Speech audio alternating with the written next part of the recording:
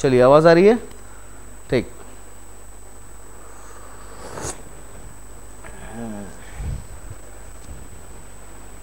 तो अपने क्या देख रहे थे? इन्फ्लेशन, जिसको कहते हैं हम मुद्रास्फीति। फाइन। तो इन्फ्लेशन का सिंपल मतलब है, एकदम सिंपल डेफिनेशन आपको समझना है क्या, किस इकोनॉमी में जो जनरल प्राइस लेवल है, फाइन, उसमें बढ़ना, उसकी कीमतों का बढ़ना ही क्या कहलाता है? आपका इन्फ्लेशन कहलाता है। फाइन। और ये जो इन्फ्लेशन का एस्पेक्ट है वो इकोनॉमी में किस एस्पेक्ट को दिखा रहा है? आपके प्राइस के एस्पेक्ट को दिखा रहा है, कीमतों का। तो इकोनॉमी में जितने भी गुड्स एंड सर्विसेज है उनकी कीमतों में बढ़ना, कीमतों में बढ़ोतरी क्या कहलाता है? आपका इन्फ्लेशन। क्या बात है? और वही सेम एंड गुड्स सर्विसेज जिसको हमने नेशनल इनकम के कैलकुलेशन में उन सबको हमने एड ऑन किया था। फाइन। एड ऑन करने के बाद हम उसी को जीडीपी कह दे रहे थे। क्या बात में? बट यहाँ पे उन कीमतों को बढ़ता है, उन कीमतों को ट्रैक करने के लिए हमारे पास डिफरेंट टूल होता है। उन टूल को कहते हैं हम WPI और CPI, होलसेल प्राइस इंडेक्स और कंज्यूमर प्राइस इंडेक्स। तो इन्फ्लेशन क्या है? Simple, this is a rise in the general price level. तो जनरल प्राइस लेवल कहने का मतलब, जनरल बात हम जब यूज करें, जनरल मतलब सामान्यता, कहने का मतलब है कि जरूरी नहीं है कि इकोनॉमी में एक साथ सारे गुड्स एंड सर्विसेज का प्राइसेस एक साथ बढ़ रहा है, फाइन, या फिर एक रेट से बढ़ रहा है। कहने का मतलब मोटा मोटा कुल, कहने का मतलब कुछ चीज़ों का दाम क्या हो रहा है? बढ़ रहा है। और वो जो गुड्स एंड सर्विसेज है, दिस इज व्हाट, वो क्या होता है? ज़्यादातर किसी सेक्टर का रिप्रेजेंटेटिव होता है, समझ रहे हैं? तो वहाँ पे हमने गुड्स एंड सर्विस ले लिया कि कंज्यूमर जो है, इंडियन हाउस होल्ड जो है, किन किन गुड्स का ज़्यादा उपयोग करता है। उसको जब हमने प्राइस को टैग किया तो वो क्या नाम दे देंगे? उसको हम कंज्यूमर प्राइस इंडेक्स। जब यही हम होलसेल पॉइंट ऑफ व्यू से ट्रैक करेंगे उसी को नाम क्या बोल देंगे? हम होलसेल प्राइस इंडेक्स। होलसेल समझ रहे हैं? प्रोड्यूसर्स के बाद माल कहाँ पहुँच रहा है? आपका होलसेलर के पास, फिर होलसेलर से रिटेलर के पास, क्योंकि इस पूरे सप्लाई चेन में बहुत सारे वैल्यू एडेड लिंकेजेस है। हमने जीडीपी में ये भी समझा था। फाइन। किसान ने गेहूं उगाया, गेहूं को किसको भेज दिया? मिल ओनर को। उसने आटा बनाया, मिल ओनर ने आटा बना के किसको भेज दिया? आपको बेकरी वाले को। बेकरी वाले ने बना के फिर किसको भेज दिया? किसी कंपनी को। फिर फाइनली वो रिटेलर के पास पहुंचता है। तो इतने सारे वैल्यू चेन है, सबको अपना वैल्यू एडिशन करता है। तो इकोनॉमी में भी मैं समझा था कि जितने भी वैल्यू एडिशन है उनको अगर हम क्लब कर दें तो वही इंडिया का जीडीपी हो जाता है, जीडीपी एट मार्केट प्राइस। तो यहाँ पे सेम कंपोनेंट को हम क्या कर रहे हैं? बस उसके प्राइस को मेजर्स कर रहे हैं। क्या बात समझ में आ रही? अब जो ये प्राइसेस हैं इसको मेजर्स करना इसलिए इम्पॉर्टेंट है क्योंकि इकोनॉमी में जो प्राइस का लेवल है, कहने का मतलब मैं किस प्राइस की बात कर रहा हूँ? किसी एक वस्तु के प्राइस की बात नहीं कर रहा हूँ, मैं बात कर रहा हूँ प्राइसेस ऑन एन एवरेज जो गुड्स एंड सर्विसेज एक इकोनॉमिक एक्टर कंज्यूम करता है, एक हाउस होल्ड कंज्यूम करता है। तो ये जो इन्फ्लेशन, इनमें जो कीमतें बढ़ रही है, तो कीमतों का बढ़ना, कीमतों का घटना बहुत ही इंपॉर्टेंट है किसी इकोनॉमी के मैनेजमेंट में। क्यों इंपॉर्टेंट है?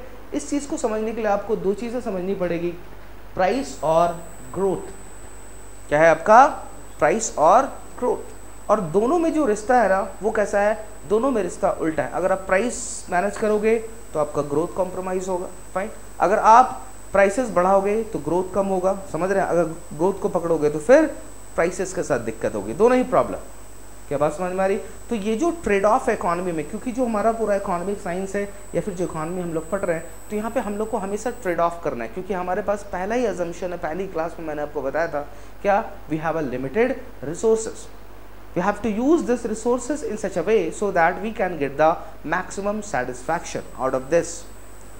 तो इससे कितना बेहतर यूटिलिटी हम निकाल सकते हैं, वही पूरा इकोनॉमिक्स का साइंस है। तो यहाँ पे भी दो एस्पेक्ट हो गए आपके, प्राइस एंड ग्रोथ, फाइन। तो यहाँ पे जो प्राइस है उस प्राइस के लिए क्या आपका? इन्फ्लेशन का डेटा। और ग्रोथ को हम किससे मेजर करते हैं? जीडीपी से करते हैं, फाइन। जीडीपी नंबर्स को देखना, अगर 100 कार पर या नेक्स्ट ईयर 110 कार प्रोड्यूस किया तो इसका मतलब है 10% का ग्रोथ है, फाइन। तो ग्रोथ को जो मेजर्स किया जाता है वो किससे किया जाता है? आपके जीडीपी। और प्राइस को मेजर करने के लिए जो हमारे पास है वो है आपका इन्फ्लेशन, जिसको कहते हैं, फाइन। तो दोनों इंटर रिलेटेड चीज़ें हैं। कहने का मतलब है जो ही गुड्स एंड सर्विसेज, उनका जो रेफरेंस ईयर होता है वो भी सेम होता है। तो वहाँ पे याद कीजिए, हम जीडीपी है जब कांस्टेंट प्राइस निकाल रहे थे, रियल जीडीपी निकाल रहे थे, उसका बेस ईयर क्या था? 2011-12, फाइन। तो यहाँ पे भी जो बेस ईयर होगा WPI, उसका भी क्या हो जाएगा? 2011-12। Gate my point? तो तो base year product quality, product सब चीज़ क्या होती है, ऑलमोस्ट सेम होती है, फाइन। बट इन्फ्लेशन का जो डेटा होता है, इन्फ्लेशन का डेटा याद भी कीजिए, कल मैंने जब आपको जीडीपी पढ़ा रहा था वहाँ पे बोला था जीडीपी में एक था, उसको कहते थे हम जीडीपी डिफ्लेटर, जहाँ पे nominal GDP divided by real GDP into 100, बोलते थे कि इस फैक्टर को अब निकाल लेंगे तो हम इन्फ्लेशन इससे मेजर कर सकते हैं। And this is the best tool to measure the inflation India, जिसको हम कहते हैं जीडीपी डिफ्लेट, है ना। तो ये क्या है, इन्फ्लेशन जीडीपी आपस में कुछ नहीं है, बस यहाँ पे एक तरह को हम कीमतों को पढ़ रहे हैं और वहाँ पे हम जीडीपी के पूरे प्रोडक्ट एंड सर्विसेज को देखा। क्या ये बात समझ में आई आपको? फाइन। तो यहाँ पे जो मैंने आपको बताया कि we have to find a relation between inflation and growth, economic growth.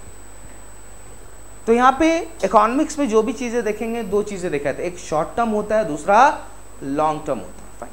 तो शॉर्ट टर्म में क्या होता है, इनके बीच में पॉजिटिव रिलेशन होता है, बट लॉन्ग टर्म में वी नीड प्राइस स्टेबिलिटी, कि बहुत ज्यादा कीमतों का बढ़ना भी काफी खतरनाक हो सकता है। क्या बात समझ रहे?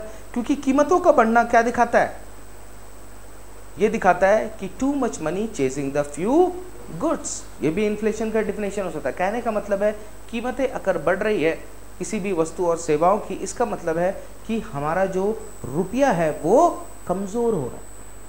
फाइन।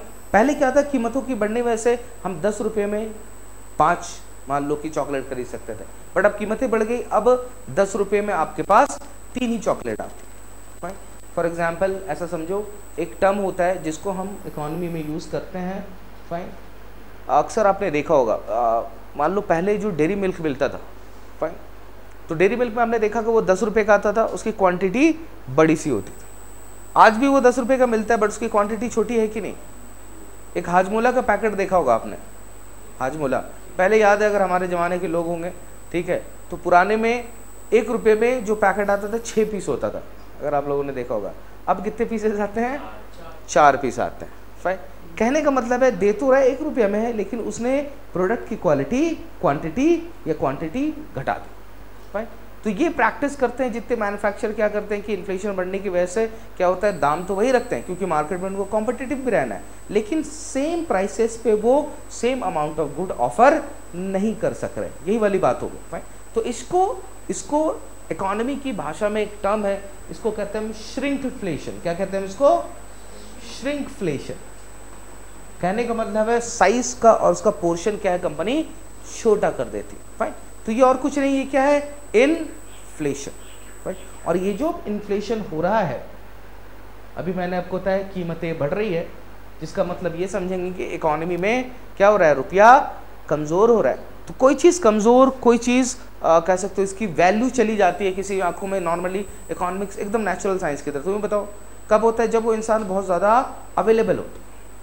कहने का मतलब उसकी सप्लाई बहुत ही ज़्यादा हो जाती है। तो यहाँ पे भी क्या होता है, रुपीस की मनी सप्लाई बढ़ रही है। मनी सप्लाई बढ़ने की वजह से क्या हो रहा है, रुपया कमज़ोर हो रहा है।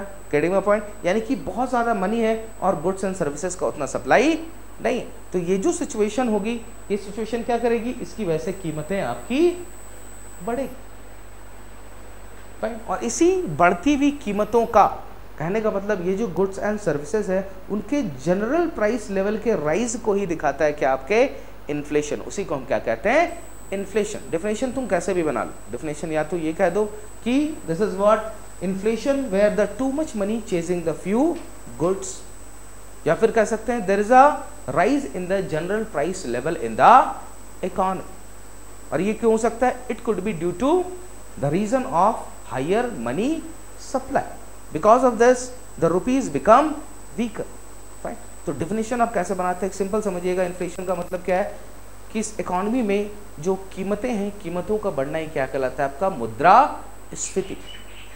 क्या बात समझ में आ रही है आपको? मुद्रास्फीति। मुद्रास्फीति मतलब मुद्रा के कीमतों में क्या होना, गिरावट। क्या बात समझ में? अब मैंने आपको बताया कि शॉर्ट टर्म और लॉन्ग टर्म, इन दोनों का जो रिश्ता है, तो इन्फ्लेशन जब कीमतें बढ़ती हैं तो कीमतों के बढ़ने का शॉर्ट टर्म में इकोनॉमी में ये इम्पैक्ट होता है कि उससे ग्रोथ भी बढ़ता है। यानी कि इन्फ्लेशन का बढ़ना, कहने का मतलब है कीमतों का बढ़ना एक सर्टेन रेट से ये भी शो करता है इकोनॉमी में कि इकोनॉमी में क्या है, डिमांड इंटैक्ट। मतलब एक तरह से ये पॉजिटिव सिग्नल है। अगर इकोनॉमी में इन्फ्लेशन नहीं होगा, कहने का मतलब है कि there is a certain amount of inflation is required in the economy.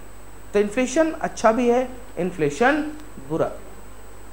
अगर इन्फ्लेशन नहीं होगा, उस फेनोमेना को, उस सिचुएशन को कहेंगे हम डिफ्लेशन, मंदी का दौर।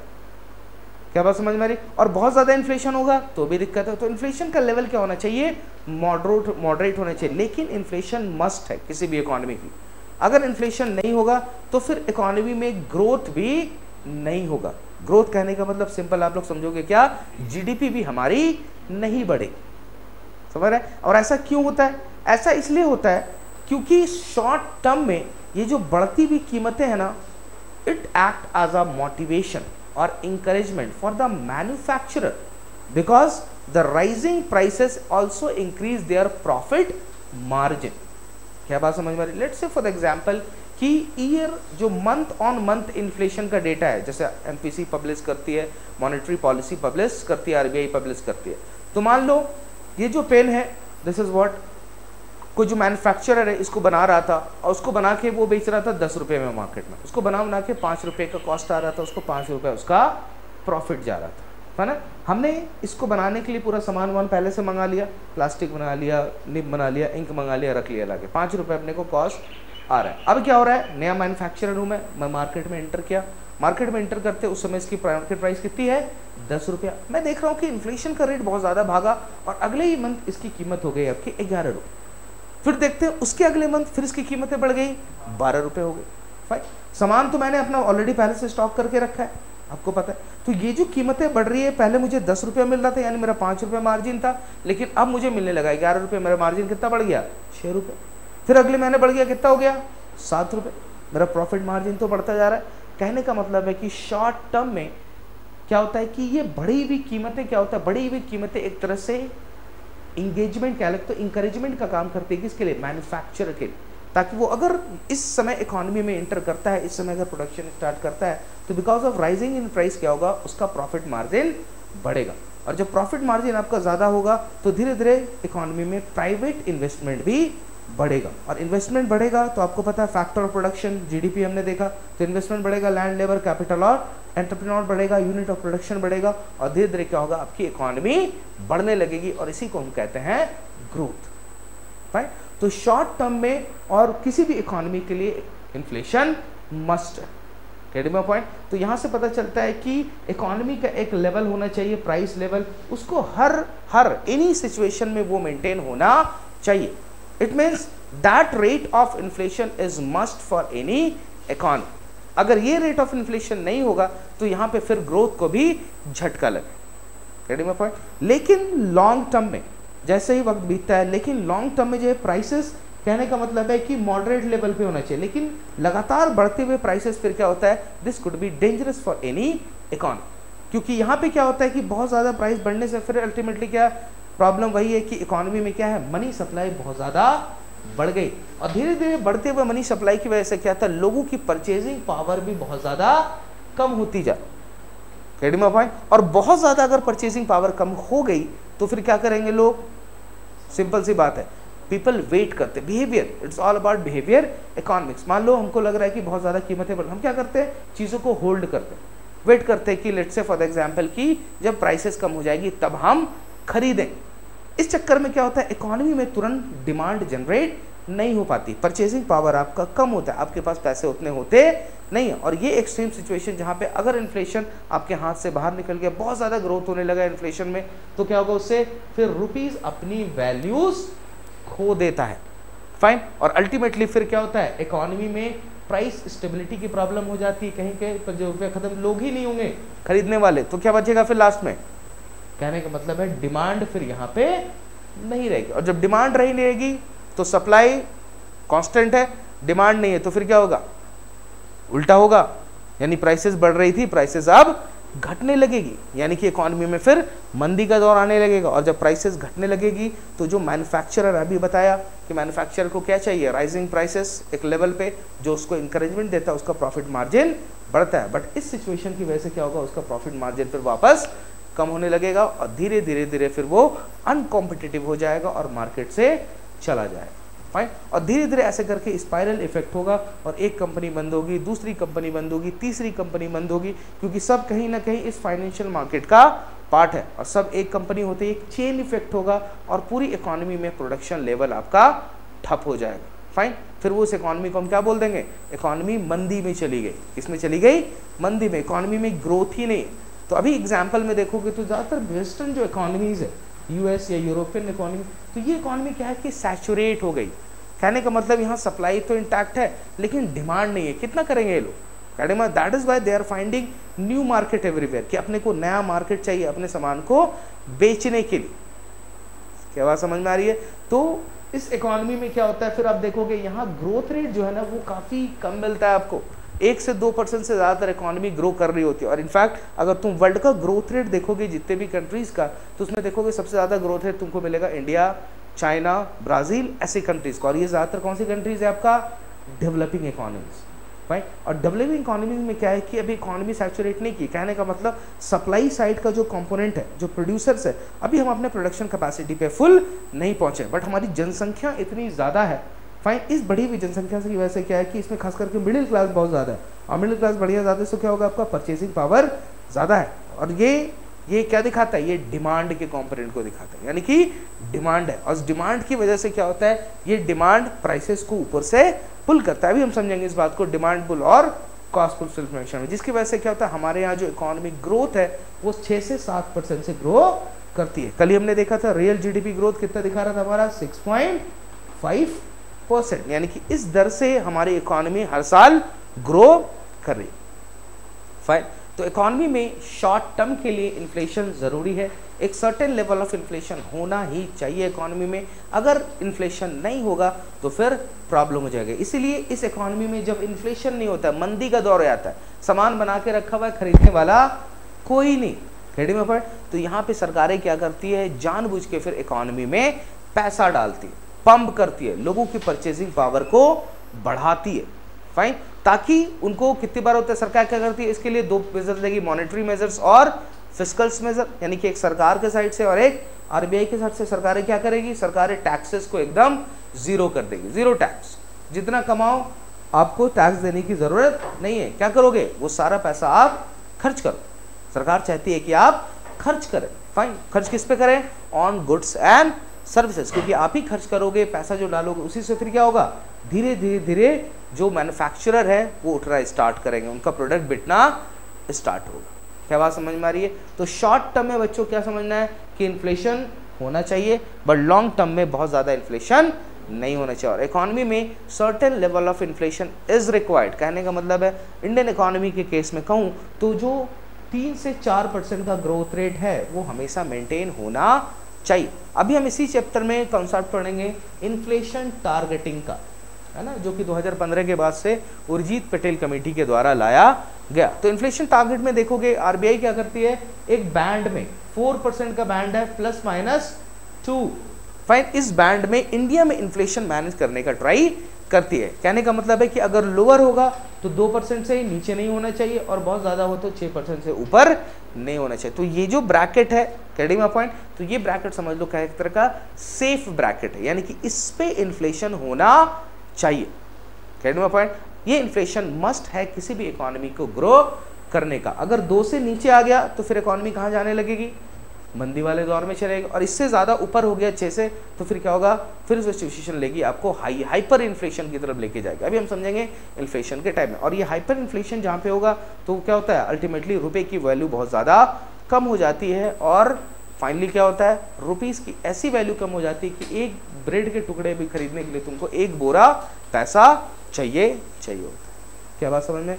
तो इन्फ्लेशन, तो हेडिंग देंगे इन्फ्लेशन, मुद्रास्फीति, इन्फ्लेशन, मुद्रास्फीति, इन्फ्लेशन, मुद्रास्फीति, हेडिंग दोगे, right. Inflation refers to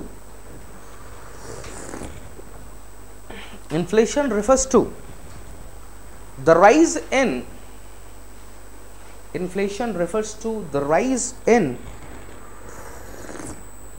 inflation refers to the rise in general price level. General price level, general price level को हाईलाइट करेंगे बच्चों, जनरल प्राइस लेवल. तो जनरल प्राइस मतलब कि हर का नहीं, सर्टेन गुड्स एंड सर्विसेज का, फाइन, निश्चित सेवाओं और वस्तुओं, सबका नहीं, समझ रहे हैं. तो हो सकता है कि इकोनॉमी में कुछ चीजों के दाम बढ़ रहे हैं, किसी के दाम घट रहे हैं. इसको भी एक टर्म बोलते हैं, फाइन. आगे हम पढ़ेंगे बहुत से इंटर रिलेटेड टर्म, तुम्हारे फैंसी टर्म आ जिसको, इसको कहते हैं हम स्क्यूफ्लेशन. क्या कहते हैं हम? स्क्यूफ्लेशन. कहने का मतलब इकोनॉमी में किसी के मेजरली इन्फ्लेशन तो बढ़ रहा है, लेकिन किसी किसी कीमतों में दाम नीचे जा रहा है. कहने का मतलब है कि अलग सिचुएशन हो रही है, कुछ कीमतों के दाम बढ़ रहे हैं, किसी के दाम घट रहे हैं, फाइन. आगे लिखेंगे full stop. In the economy over the period of time, over the period of time. In other words, over the period of time. In other words, it is nothing. In other words, it is nothing but the rise in. In other words, it is nothing but the rise in the average price level. It is nothing but the rise in the average price level of all the goods and services, of all the goods and services, of all the goods and services in the economy, of all the goods and services in the economy, of all the goods and services in the economy. अब छोटा सा heading दो, fine. लिखोगे the relation between economic growth and inflation. The relation between economic growth and inflation. तो directly proportional होता है short term के लिए, यानी इन्फ्लेशन बढ़ेगा तो इकोनॉमिक ग्रोथ भी बढ़ेगा, है ना. तो अब ग्रोथ को आप समझ पा रहे हैं, इमेजिन विजुअलाइज कर पा रहे हैं ना, ग्रोथ का मतलब क्या होगा, ठीक है. Okay now, right. Inflation and growth go hand in hand. Inflation and growth go hand in hand, which means they are directly proportional.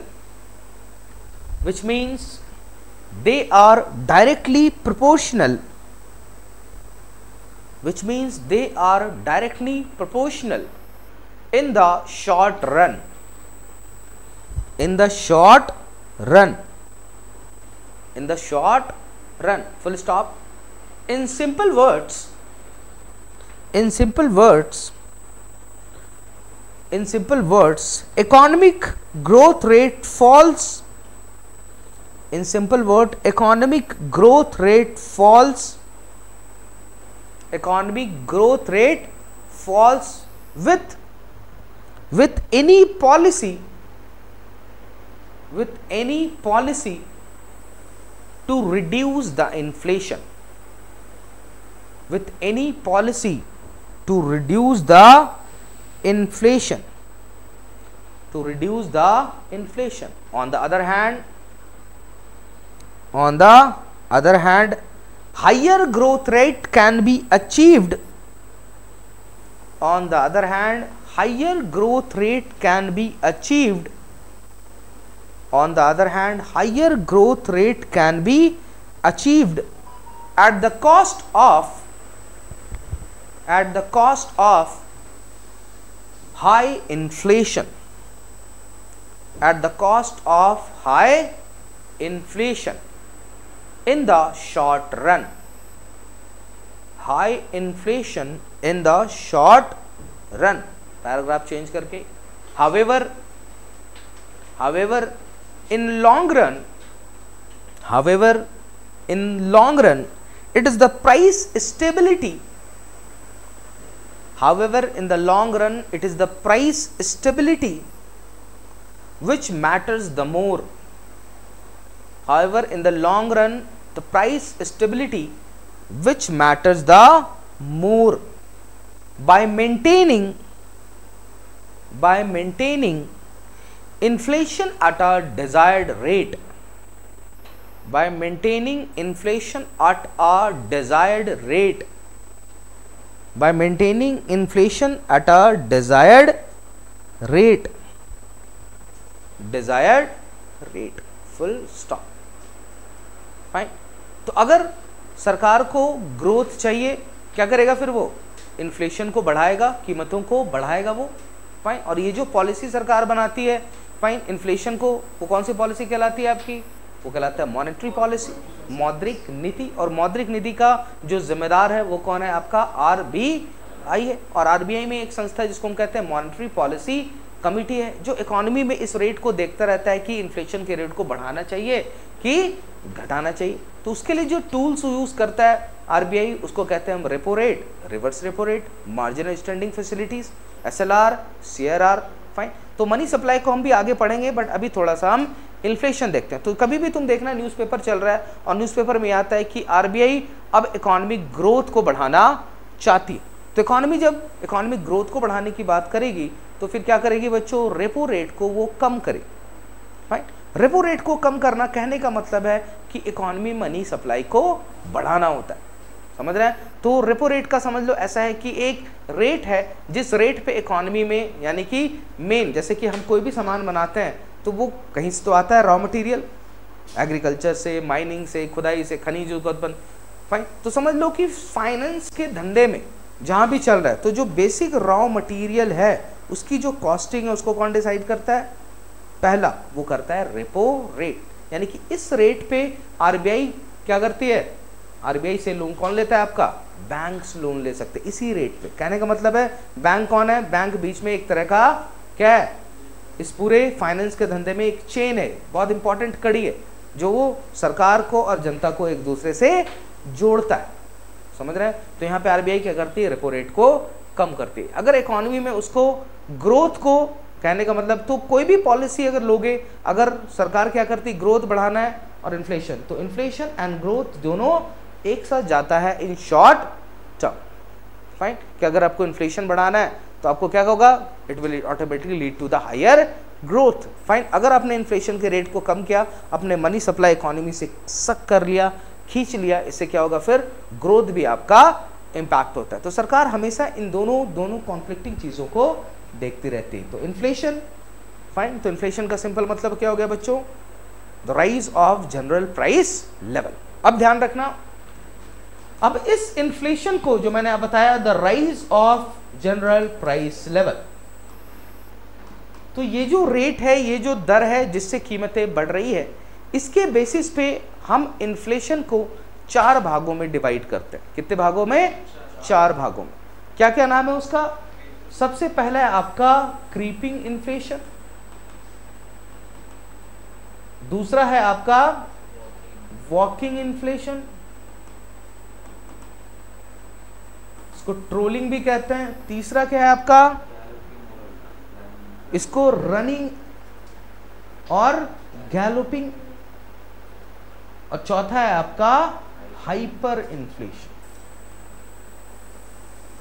यानी कि इस कीमतों की बढ़ने के दर के बेसिस पे हमने इन्फ्लेशन को 4 भागों में विभाजित किया है, 4 भागों में डिवाइड किया। And these are what, first is creeping. Creeping मतलब रेंगना, रेंगती हुई इन्फ्लेशन। तो रेंगता हुआ मतलब रेंगने की दर कैसी होती है, रेंग रेंग के चल रहा है। तो यहाँ पे इकोनॉमी में जो इन्फ्लेशन का रेट है वो हर महीने 2 से 3% से 4% तक ग्रो करता है, फाइन। इसी को हम मॉडरेट इन्फ्लेशन भी कह सकते हैं, इसी को हम लो इन्फ्लेशन भी कह सकते हैं। और अभी मैंने आपको बताया कि इकोनॉमी में एक सर्टेन लेवल ऑफ इन्फ्लेशन होना चाहिए। तो वो कौन सा इन्फ्लेशन है, वो इन्फ्लेशन है आपका क्रीपिंग इन्फ्लेशन, फाइन। इतना इन्फ्लेशन तो मांगता ही मांगता है, फाइन। बट ये जो रेट है बाबू, इससे कंफ्यूज मत करना, जरूरी नहीं है कि हर इकोनॉमी के लिए एक स्टैंडर्ड रेट ही होगा। जैसे इकोनॉमी मैंने अभी बताया कौन सा हमारा 4+-2 का रेट रखा है, फाइन। तो मोटा मोटा कहने का मतलब है, आइडिया लेते हैं कि 2 से 3-4% के आसपास जब ये कीमतें बढ़ती है पर महीने से, तो उसको हम क्या देते हैं, हम क्रीपिंग इन्फ्लेशन। और ये इन्फ्लेशन जरूरी है for economy to grow, for attain the growth. Next जो इन्फ्लेशन है कीमतों के बढ़ने के दर पे, उसको कहते हैं हम क्या, वॉकिंग इन्फ्लेशन। वॉकिंग कहने का मतलब है अब टहलती हुई, फाइन। तो अब रेंग रही थी, अब उठ के टहलने लगी। तो टहलने की रेट क्या होगी यहाँ पे 2 से 3%, तो यहाँ पे ग्रो करेगी 3 से 10% के आसपास। कितना? 3 से 10%। यहाँ पे जब इकोनॉमी में जब इन्फ्लेशन कीमतें इस रेट में, इस ब्रैकेट में इंटर करती है, तो यहाँ पे फिर क्या होता है कि अलार्मिंग साइकिल है, यानी कि this stage is a alarming sign की अथॉरिटी सुधर जाओ, देख लो इन्फ्लेशन बढ़ना स्टार्ट हो गया। Getting my point? उसके बाद जैसे ही जो कीमतें हैं इस ब्रैकेट में पहुंचती है जहां पे कीमतें 10% से ज्यादा और कब तक, अप टू 50% तक ग्रो होने लगती है पर मंथ, इस सिचुएशन को बोल देते हैं हम फिर रनिंग या फिर गैलोपिंग इन्फ्लेशन। गैलप मतलब जो घोड़े की छलांग होती है उसको कहा जाता है गैलप। रनिंग, दौड़ती हुई, या फिर रनिंग इन्फ्लेशन। तो यहां पे फिर क्या, अब इन्फ्लेशन तुम्हारे पकड़ से बाहर चला गया। और फाइनली जो एक्सट्रीम स्टेज है इस कीमतों का बढ़ना, वो स्टेज है आपका कौन सा, हाइपर इन्फ्लेशन, जहां पे जो जनरल प्राइस लेवल है गुड्स एंड सर्विसेज का, जो कीमतें हैं वस्तु और सेवाओं की, वो इकोनॉमी में पर मंथ में 50% से भी ज्यादा रेट से ग्रो करती है। फाइन। उसके बाद जैसे ही प्राइस लेवल इस ब्रैकेट में इंटर करता है, वहीं से फिर प्रॉब्लम होना स्टार्ट हो जाती है। तो यहाँ पे क्या होगा, फिर इस सिचुएशन में आने के बाद जो रुपया होता है, जो मुद्रा होती है, और हमारे क्या है इंडियन रुपीस। तो इंडियन रुपीस का 2 वैल्यू है, यानी कि किसी भी रुपीस के बहुत सारे फंक्शन होते हैं। तो 2 इंपॉर्टेंट फंक्शन होता है किसी रुपीस का, एक है उसका एक्सचेंज फंक्शन और दूसरा है उसका स्टोर फंक्शन। कहने का मतलब मुद्रा का उपयोग 2 तरीके से करते हैं हम। एक, वस्तु और सेवाओं के एक्सचेंज में अगर आपको कुछ खरीदना है तो क्या चाहिए, पैसा चाहिए। This is the first function of the money, getting my point, and the second function of money is what, it also act as a store of value, यानी जो एसेट है, जो संपत्ति बना रहे उसको हम इस मुद्रा में स्टोर कर सकते हैं। तो 2 इंपॉर्टेंट फंक्शन करता है। और जब इस स्टेज पे इन्फ्लेशन पहुंचता है तो मनी, इंडियन मनी या कोई भी करेंसी क्या करती है, अपने दोनों इस फैक्टर को लूज कर देती है, अपने दोनों फैक्टर को खत्म कर देती है, यानी कि दोनों फंक्शन फिर बंद हो जाते हैं। ये जो दोनों फंक्शन है, फाइन, कौन कौन सा, रुपीस का जो 2 इंपॉर्टेंट फंक्शन है, एक्सचेंज के लिए और दूसरा स्टोर ऑफ वैल्यू। कहने का मतलब सिचुएशन ऐसी हो जाती है कि जहां पे अगर आपको एक ब्रेड का टुकड़ा भी खरीदना है तो उस एक ब्रेड को टुकड़े के खरीदने के लिए आपको 1 बोरा पैसा भर के लाना पड़ेगा। अगर थोड़ा और ज्यादा बर्गर खा लिया तुमने तो उसको खाओगे तो तुमको 1 थार भर के पैसा लाना पड़ेगा। फाइन। तो इतना सारा पैसा, कहने का मतलब इस इकोनॉमी का जो पूरा पेमेंट सिस्टम होता है, जो करेंसी सिस्टम है, वो बर्बाद हो जाता है। पैसा आपको नालियों में, गाड़ियों में, जहां तहां फेंका मिलेगा। पैसे की कोई कीमत नहीं रह जाती है। रुपीस की, किसी भी करेंसीज की वैल्यू एकदम खत्म हो जाती है। और जैसे वैल्यू उसकी खत्म हो जाती है तो उसका एक्सचेंज वैल्यू, यानी मार्केट में उसको एक्सचेंज करके गुड्स एंड सर्विस खरीदना, मनी उस वैल्यू को लूज कर देता है। और दूसरा, उसमें तुम कोई स्टोर नहीं कर सकते, यानी कि अगर तुमने एक छोटा सा 10,000 के आसपास भी स्टोर करना स्टार्ट करोगे वैल्यू, तो क्या होगा, तुमको पूरा 200 एकड़ में इतना पैसा भरना पड़ेगा। समझ रहे हैं मेरे बात? तो यहाँ पे 2 इंपॉर्टेंट जो फंक्शंस है मनी के, वो खत्म हो जाता है। और वो कौन सा स्टेज आ जाता है आपका, हाइपर इन्फ्लेशन का। तो यहाँ पे जो इकोनॉमी होती है फिर क्या करती है, अब क्या करेगी इकोनॉमी, मान लो खत्म हो गया पूरा सिस्टम, वहाँ का वैल्यू जो है, वहाँ की करेंसी वो पूरी खत्म हो गई, तो फिर क्या करेंगे, तो वहाँ की करेंसीज क्या करती है, या तो फिर उस पूरे करेंसी को लीगल टेंडर उसको हटा दिया जाता है, यानी बोलता है कि अभी करेंसी नहीं चलेगी। वहाँ की सरकार दूसरे देश की करेंसी को अपना देश का करेंसी बना लेता है। तो यहाँ पे ये जो सिचुएशन थी अभी हाल में 2 जगह पे देखी गई, एक था आपका जिम्बाब्वे वेरी रिसेंटली, और दूसरा था आपका वेनेजुएला। तो जिम्बाब्वे में ऐसे हालत हो गए थे, वही सेम सिचुएशन, रोज में पैसा फेंका रहता था। अगर आपको ब्रेड का एक टुकड़ा भी चाहिए तो आपको बोरा भर के पैसा लाना पड़ता था। बाद में जिम्बाब्वे की अथॉरिटीज ने क्या किया, यहाँ के करेंसी को हटा के डॉलर यूज करना स्टार्ट कर दिया। फाइन। तो वेनेजुएला हो गया, जिम्बाब्वे हो गया, और वर्ल्ड में बहुत सारी कंट्रीज है जहाँ इस हाइपर इन्फ्लेशन के फेज में पहुंच जाती है। फाइन। तो जैसे अभी श्रीलंका में भी देखा था आपने कोविड के बाद, तो वहां भी कमोबेश सिचुएशन यही बन गई थी, क्योंकि वहां पे सप्लाई कांस्टेंट हो गया था, डिमांड इंटैक्ट है। तो बहुत ज्यादा डिमांड हो रहा था, प्राइस पे प्रेशर पड़ रहा था, प्राइसेस बहुत ज्यादा जाती आ रही थी, और इतना ज्यादा जा रही थी कि जो एसेंशियल सर्विसेज है, जो इंपॉर्टेंट चीजें हैं रोजमर्रा की, उनके दाम भी बहुत ज्यादा बढ़ गए थे। तो ये जो पूरी सिचुएशंस है, इस सिचुएशन को हम क्या कह दिया आपने, इन्फ्लेशन। 4 तरह की होती है इन्फ्लेशन, फाइन, ठीक है। कौन कौन सा, क्रीपिंग, वॉकिंग, उसके बाद रन भी और hyper inflation. 4 types of inflation. यहाँ पे क्रीपिंग इन्फ्लेशन में रेट ऑफ ग्रोथ कितने से बढ़ रहा है, 2 से 3% के आसपास। यहाँ पे वॉकिंग कितने से बढ़ रहा है, 3 से 10% के आसपास। और रनवे में कितने से बढ़ रहा है, 10 से 50%। और 50% से ज्यादा हो जाएगा तो उसी को हम क्या बोल देंगे, हाइपर इन्फ्लेशन। और हाइपर इन्फ्लेशन काफी हाइपर सिचुएशन होती है जहां पे मनी की कीमत खत्म हो जाती है। क्या बात समझ में आई आपको? Fine, write down this paragraph. देखो, the types of inflation on the basis of the rate of growth. Type of inflation on the basis of rate of growth, on the basis of rate of growth in the general price level,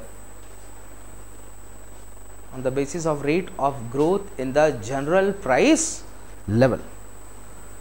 पहला inflation लिखोगे, heading देखिए, creeping inflation, रेंगती हुई क्या, कीमतें या मुद्रास्फीति, रेंगती हुई inflation लिखिएगा। It is the moderate, it is the moderate or mild inflation, it is the moderate and mild inflation,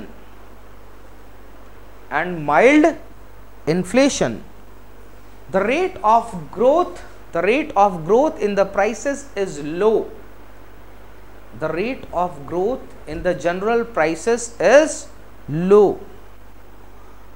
the rate of growth in the general prices is low, full stop लिखेंगे। in this the rate of general price rise, in this the rate of general price rise is low and varies between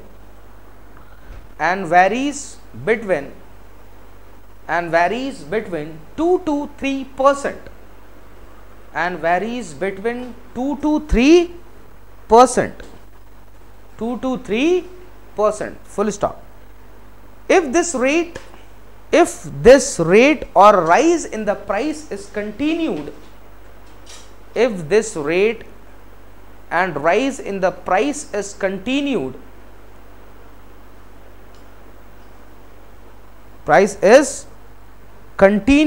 then it is considered good, for the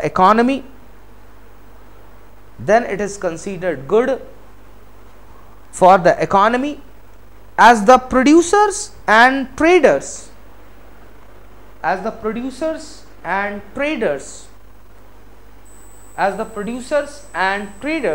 make reasonable profit,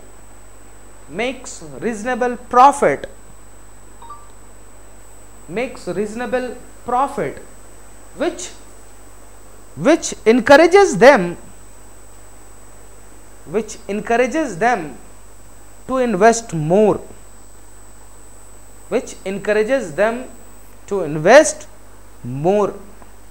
This inflation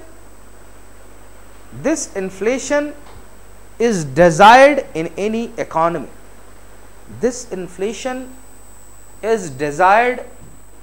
in any economy. Fine, and this is manageable,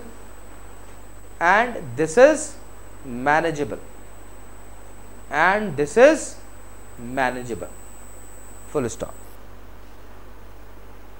देखा आपने?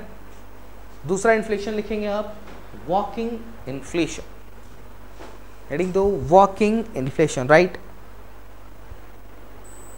It is also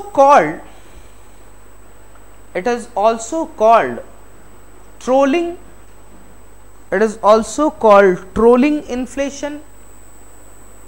It is also called trolling, TROLLING, trolling inflation, full stop. When the rate of rising prices, when the rate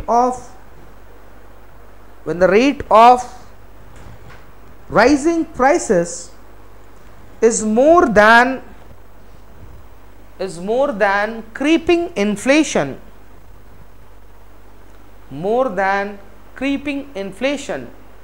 between the range of 3 to 10%, between the range of 3 to 10%, then it is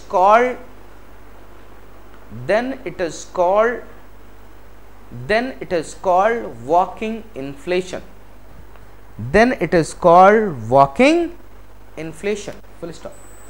This inflation must be taken seriously.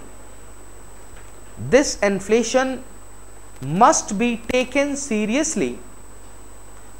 This inflation must be taken seriously, as this is a warning sign, as this is a warning sign, as this is a warning sign,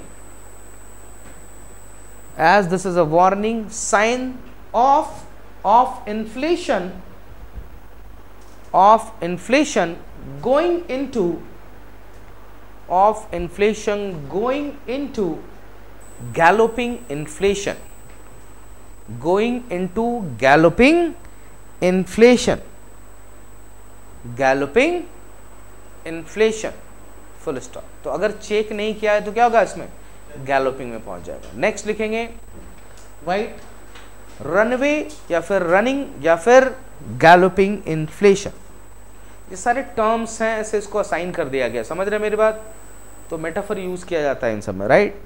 लिखोगे when inflation is more than,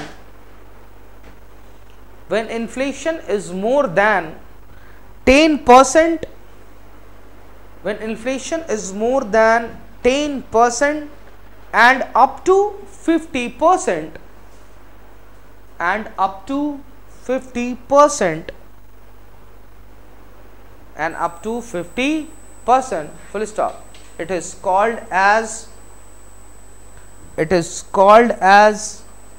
galloping inflation. It is called as galloping inflation, full stop. Due to this, the business owner and employees income, due to this the businesses, या फिर लिख लो the businesses or employees, due to this the businesses and employees income cannot keep up with the rising cost, cannot keep up with the rising cost, cannot keep up with the rising cost and prices. Okay, full stop, right? Even the foreign investors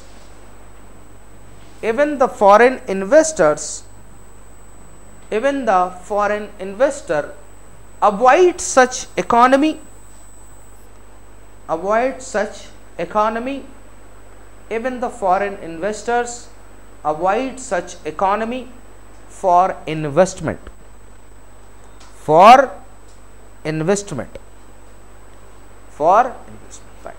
Full stop. इसको हम hopping inflation भी कहते हैं, HO,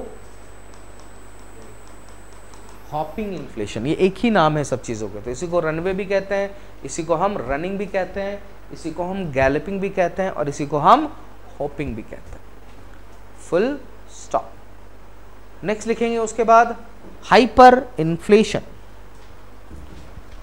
hyper inflation लिखोगे, it is the extreme form of inflation. It is the extreme form of inflation where the prices rise. It is the extreme form of inflation where the prices rise where the prices rise abnormally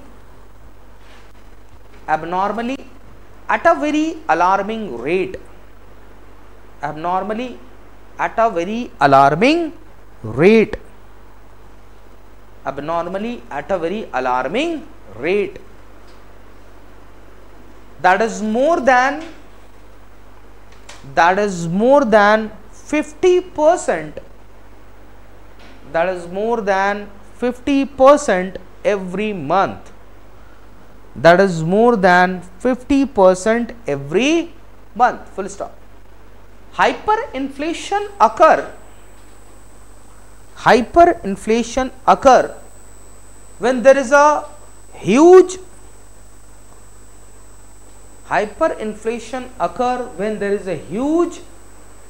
money supply in the economy, huge money supply in the economy, huge money supply in the economy, full stop. In this extreme situation,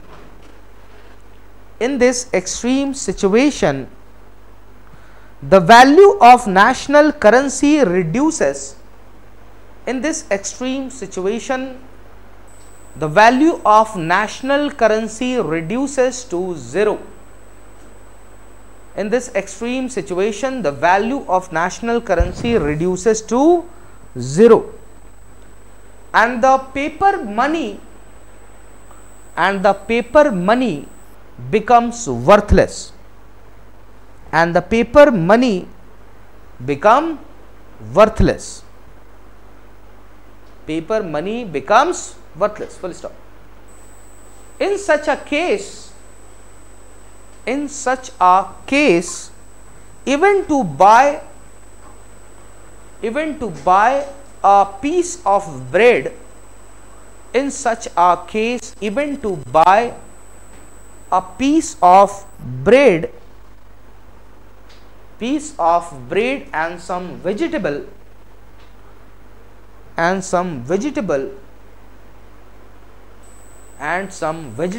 comma, one needs to carry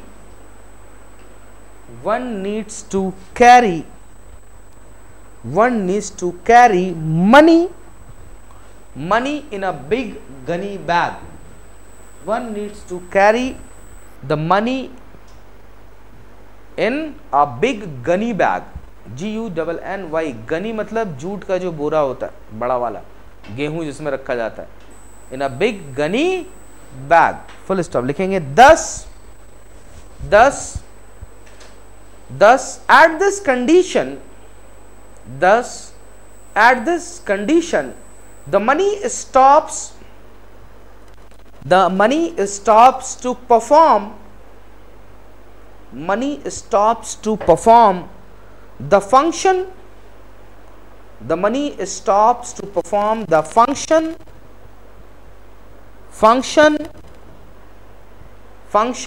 of store of value.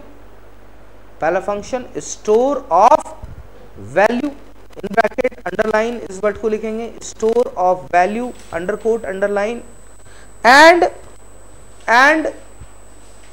medium of exchange, and medium of exchange, इसको भी highlight करो, medium of exchange, full stop. Such situation had been experienced in the past. Such situation had been experienced in the past in the Hungary during 1946,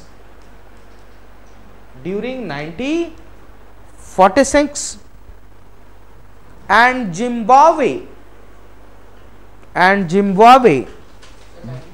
46 and Zimbabwe during 2004 and 9.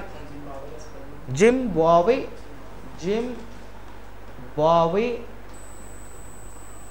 अरे Zimbabwe तो जानना चाहिए, cricket खेलता है भाई, आजकल थोड़ा Zimbabwe पतला चल रहा है, है ना, क्योंकि वो प्लेयर कभी नहीं थे। एंडी फ्लावर, ग्रांट फ्लावर, कभी बढ़िया टीम हुआ करती थी जिम्बाब्वे, पता है, बड़ी बड़ी टीम को टक्कर दे देती थी वो। इंडिया को तो कितनी बार उन्हें धो दिया है ना। तो हम जिम्बाब्वे जानते थे, बट अब हमारी इस बार की जनरेशन अब भूलती जा रही है, क्योंकि जिम्बाब्वे ने बहुत ही कम क्रिकेट खेलना स्टार्ट कर दिया है ना। वो भी वहाँ होता है क्या, क्योंकि वहाँ उसके पीछे भी हिस्ट्री है। आपने पढ़ा होगा, उसका क्या राष्ट्रपति था जो मर गया अभी, रॉबर्ट मुगाबे नाम था, तो तानाशाह था वो, है ना। और यही सिचुएशन अपनी तानाशाही की वजह से क्या होता है, हाइपर इन्फ्लेशन आता है, इकोनॉमी बर्बाद हो जाती है, फाइन। और इसी पॉलिसीज़ के खिलाफ इसका एक याद करो, इसका जो एक क्रिकेटर था, याद है तुम लोगों को, पहले उसका नाम था हेनरी ओलंगा, है ना। बड़े बड़े बाल थे, यूज टू बॉल, और सचिन को उसने एक बार आउट किया था, फिर सचिन ने बहुत धोया था उसको, है ना।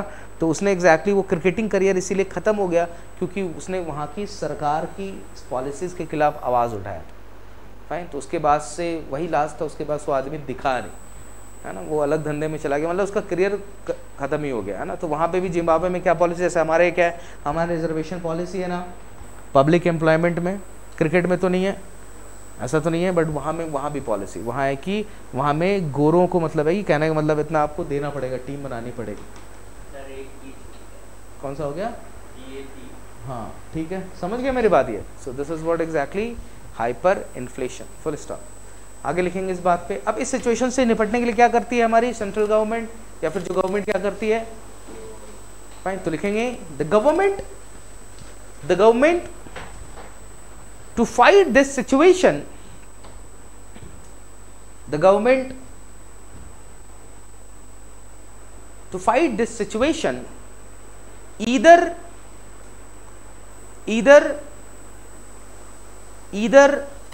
replace its currency, situation either replace its currency, replace its currency with the currency of other country, with the currency of other country, with the currency of other country, और क्या करेगी, ऑल टुगेदर ये पूरा system ही खत्म कर देगी, और to overhaul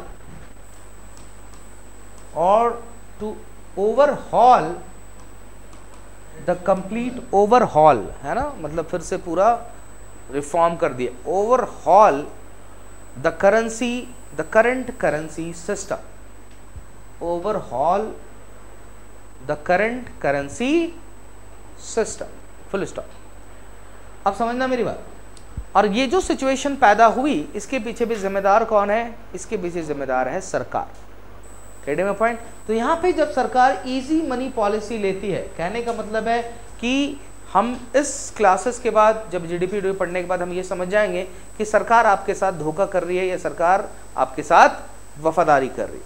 क्योंकि सरकार के पास जो पैसा है, बच्चों हमेशा याद रखना, वो किसका पैसा है, वो जनता का पैसा, कहने में पॉइंट। तो सरकार जब इररिस्पॉन्सिबली खर्च करती है, कहने का मतलब है इसी को हम फिस्कल पॉलिसी में पढ़ेंगे, इसी को हम क्या कहते हैं, फिस्कल डेफिसिट, फाइन। जब सरकार की इनकम उसकी आमदनी से बहुत ही ज़्यादा कम हो जाती, फाइन, उसके जो खर्चे हैं उसकी आमदनी से बहुत ज़्यादा हो जाते। तो ऐसी सिचुएशन में सेम जैसे हाउस होल्ड मैनेजमेंट होता है ना, जब आपके घर में पापा की सैलरी कम पड़ जाती है, मान लो किसी वीक में से जब दिवाली आती है, दुर्गा पूजा आता है, तो उस समय क्या होता है, पैसे की ज़्यादा डिमांड होती है, क्योंकि सबके मांगों को पूरा भी करना है, किसी को कपड़ा चाहिए, किसी को पता नहीं कौन सी ड्रेस चाहिए, है कि नहीं, तो पापा ऐसा करते हैं। तो उस मंथ में आपका क्या होता है, पापा का डेफिसिट हो जाता है। तो उस डेफिसिट को पूरा करने के लिए क्या करते हैं पापा, कहीं से लोन लेके ही आते हैं ना, किसी से उधारी लेते हैं, या तो दोस्त की दुकान है खरीद लिया, भाई तुमको 10 दिन बाद हम पे करेंगे, फाइन, या फिर किसी से डायरेक्ट पैसा ले लिया। तो सेम गवर्नमेंट भी ऐसा करती, फाइन, बट एक लिमिट तक ही तुमको लोन देगा। कोई मोहल्ले में पता है तुम्हारा पैसा ही नहीं है, सबसे लिया पड़ा है लोन, एक समय जान जाएंगे कि आदमी तो डिफॉल्टर है, सबसे पैसा लेता रहता है, फाइन। तो बाद में तुम्हारे पास क्या ऑप्शन होता है, वही वाला जो उस मूवी में था, कौन सा, शाहिद कपूर वाला, जो नोट छापता है वो लोग, है ना, फर्जी। तो फर्जी में क्या करेंगे, फिर नोट छापेंगे आप अपना, लेकिन नोट छापना इलीगल, सजा हुई तो तुम गए कहने में पॉइंट, तो तुम नहीं छाप सकते। तो सरकार के पास ऐसा ऑप्शन है क्या, नहीं है, क्योंकि वही तो सेंट्रल अथॉरिटी है।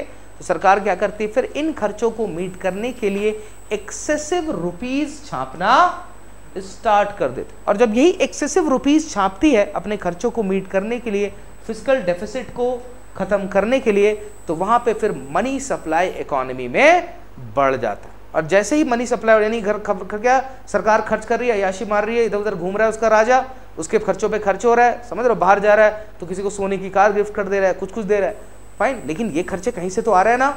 अब वो खर्चों को पूरा करने के लिए क्या है, संसाधन तो खत्म हो जा रहे हैं, फिर क्या करेगा, अच्छा सर पैसा खत्म हो गया, ठीक है फिर से छाप दो। अब उसको पता नहीं, वो तो अय्याशी में लिप्त, छाप दो। इसके चक्कर में फाइनली क्या होता है, इकोनॉमी में मनी सप्लाई बहुत ज़्यादा हो जाती है, और बहुत ज़्यादा कोई चीज़ हो गई तो क्या होता है, फिर मनी की वैल्यू खत्म हो जाती है, जीरो। और इसी सिचुएशन को क्या बोलते हैं, जब ऐसा हो गया तो यही पे हम बोल देते हैं इसको हम हाइपर इन्फ्लेशन, जहाँ पे हाँ इसी को एक तरह से क्या कह सकते हैं हम, helicopter money, this is called, एक टर्म है कहने का पॉइंट कि जब सरकारें पैसे छाप के, करेंसी छाप के इकोनॉमी में सप्लाई बढ़ाती है और इस मनी को जो लेके आती है उसको हम कहते हैं हेलीकॉप्टर मनी। हेलीकॉप्टर मतलब हेलीकॉप्टर उड़ते हुए आता है, तो दिस इज उड़ते हुए मनी क्या करती है सरकार, डंप कर देती है कहने का पॉइंट। तो जब बाढ़ आता है देखा ना, ऊपर से हेलीकॉप्टर से फेंका जाता है खाना पैसा ले लो, तो सेम है इकोनॉमी में क्या हो गया, बाढ़ आ गई है कि नहीं कुछ खाने पीने को, तो सरकार ऊपर से पैसा फेंकती है, गेट माय पॉइंट। बट इस सिचुएशन से मनी सप्लाई बहुत ज़्यादा बढ़ जाती है और अल्टीमेटली क्या होता है, हाइपर इन्फ्लेशन का फेज आता है, जहाँ पे फिर मनी अपनी वैल्यू लूज कर जाती है। कौन सी वैल्यू, पहला द वैल्यू ऑफ स्टोर और दूसरा मीडियम ऑफ एक्सचेंज, और यहीं पे फिर वहाँ का करेंसी सिस्टम पूरा खत्म हो जाता है और इकोनॉमी आपकी बर्बाद हो जाती है, gate my point. So this is what exactly हमने देख लिया पर इन्फ्लेशन। ओके ना, अब इन्फ्लेशन को हम दो भागों में और डिवाइड करेंगे, fine. But now this inflation would be divided on the basis of the causes of the inflation, inflation के कारणों के आधार पर, ठीक, कारणों के आधार पर, फाइन। अभी क्या हमने देखा, रेट ऑफ ग्रोथ के आधार पर। तो इन्फ्लेशन क्यों होता है, इसके क्या क्या कारण है, फाइन। तो उन कारणों के आधार पर हम इन्फ्लेशन को दो भागों में डिवाइड करते हैं। कहने का मतलब है कि ये जो कारण है, ये जो रीजन है कीमतों के बढ़ने का, उसको हम जब दो तरीके से देखते हैं, तो एक मैंने क्या बोला, दो कंपोनेंट यूज करता है प्राइस में, एक है डिमांड, दूसरा सप्लाई। अगर डिमांड बहुत ज्यादा है, सप्लाई कम है, तो कीमतें बढ़ेगी। अगर सप्लाई बहुत ज्यादा है, डिमांड कम है, तो कीमतें घटेगी। तो दो कंपोनेंट हम लेके चल रहे हैं, क्या, डिमांड और सप्लाई, फाइन, मांग और आपूर्ति, इसी को कह रहे हैं अपन। तो यहाँ पे इन्फ्लेशन में एक इन्फ्लेशन है ऑन द बेसिस ऑफ, उसको आप कहते हैं demand pull inflation, demand pull inflation. और दूसरा क्या मैं बोल रहा हूं, कॉस्ट पुश इन्फ्लेशन। क्या नाम है इसका, कॉस्ट पुश इन्फ्लेशन, है ना। दो वर्ड आप समझ रहे हो, थोड़ा सा ध्यान दे रहा है। एक बोल रहा है डिमांड पुल और दूसरा बोल रहा है कॉस्ट पुश, फाइन। तो ये जो इकोनॉमी में प्राइसेस है, तो ऊपर से जो एक फोर्स एग्जर्ट होता है इस पे, फाइन, वो कौन सा फोर्स है आपका, डिमांड, प्राइसेस का फोर्स। यानी कि बहुत ज्यादा डिमांड हो जाती है, वो क्या करता है, प्राइसेस को ऊपर पुल करता है, फाइन। और दूसरा क्या मैं बोल रहा हूं आपको, कॉस्ट पुश इन्फ्लेशन।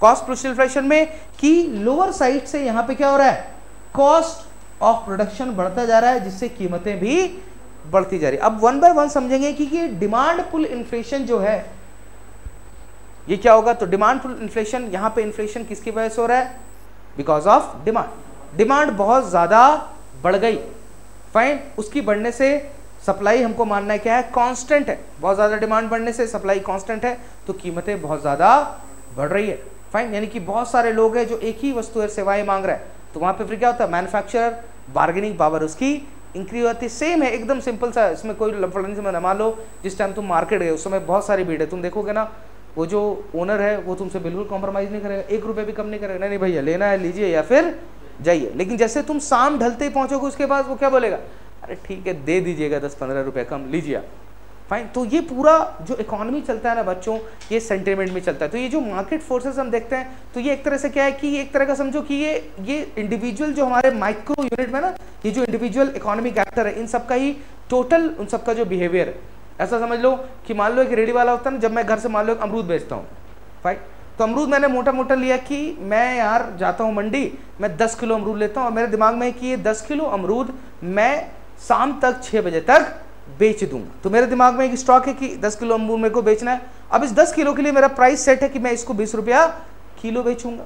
खेड़ी में तो इकोनॉमी में अमरूद लेके रेडी लेके चला गया, तो शाम तक फिर क्या होता है 20 रुपये किलो में बेचता हूँ। शाम तक अगर बिका नहीं बिका तो फिर मैं इसको 15 रुपये में बेच के चला जाता हूँ। फाइन। तो ऐसे ही इकोनॉमी में simple demand and supply set होता है, ऐसा कोई मैनेजमेंट नहीं होता है ना। इन सारे इंडिविजुअल एक्टर का ही कुल वो क्या है आपका डिमांड और सप्लाई। तो यहाँ पे डिमांड पुल इन्फ्लेशन होगा, तो ध्यान देना कंसेप्ट की बात है कि यहाँ पे क्या बोल रहा है डिमांड पुल, डिमांड की वजह से, हायर डिमांड की वजह से। अब ये इकोनॉमी में मुझे तुम लोग बताना हायर डिमांड किन किन वजहों से हो सकती है।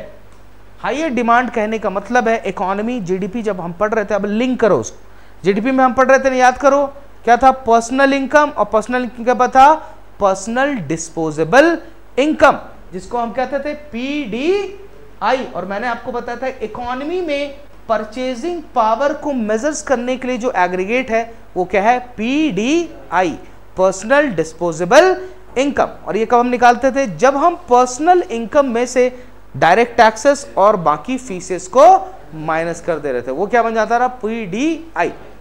तो यहां पे क्या है पीडीआई बढ़ा हुआ है। पीडीआई कहने का मतलब डिमांड, डिमांड कहने का मतलब परचेजिंग पावर, यानी कि लोगों को खरीदने की क्षमता। और ये क्षमता किससे आएगी जब आपके पॉकेट के पास पैसा रहेगा। तो मुझे बताओ उन सारे कारणों को जिससे किसी हाउस होल्ड के पास, जिससे तुम्हारे नागरिकों के पास क्या होता है पैसा आता। फाइन। जैसे ही वो होगा क्या होगा इकोनॉमी में पर्सनल इनकम बढ़ने लगेगी। तो किन किन कारणों से हो सकता है सेविंग रेट के बढ़ने से हो सकता है डिमांड बढ़ जाए, प्रोडक्ट सस्ता सप्लाई साइड से हो गया बाबू, डिमांड साइड से कि तुम्हारे पास पैसा कहां से ज्यादा आ रहा है किसे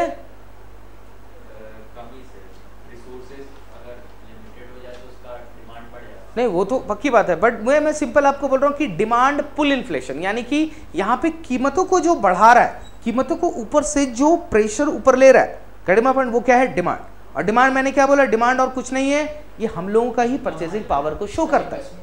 यानी कि इकोनॉमी में परचेजिंग पावर को बढ़ने के लिए जितने भी इंपॉर्टेंट एलिमेंट है कुछ भी हो, क्योंकि सवाल मान लो यूपीएससी जेपीएससी बीपीएससी बनाएगा कंसेप्चुअल, तो कोई भी फैक्टर दे सकता है, कंसेप्ट पकड़ना है बस। यहाँ तुम रटने थोड़ी बैठोगे पूरी चीजों को। तो यहाँ पे परचेसिंग पावर किन किन वजहों से बढ़ सकती है बताओ मुझे। इन्वेस्टमेंट से बढ़ सकता है कि हायर इन्वेस्टमेंट होगा तो इससे भी इकोनॉमी में हो सकता है। और क्या हो सकता है टैक्सेस से, अगर गवर्नमेंट बहुत ज्यादा टैक्सेस रिड्यूस कर दे क्या हो जाएगा उससे भी। पहले आपको टैक्स देना होता है, 1 लाख रुपए कमाते थे 30,000 टैक्स दे देते थे, बट अब सरकार ने बोला कि हम आपसे टैक्स नहीं लेंगे। पहले बचता था 70,000, अब पॉकेट में बचता है पूरा लाख रुपए। याद कीजिए पीडीआई के कंपोनेंट को, अगर डायरेक्ट टैक्सेस कम होगा तो इसका मतलब आपका परचेसिंग पावर भी ज्यादा होगा।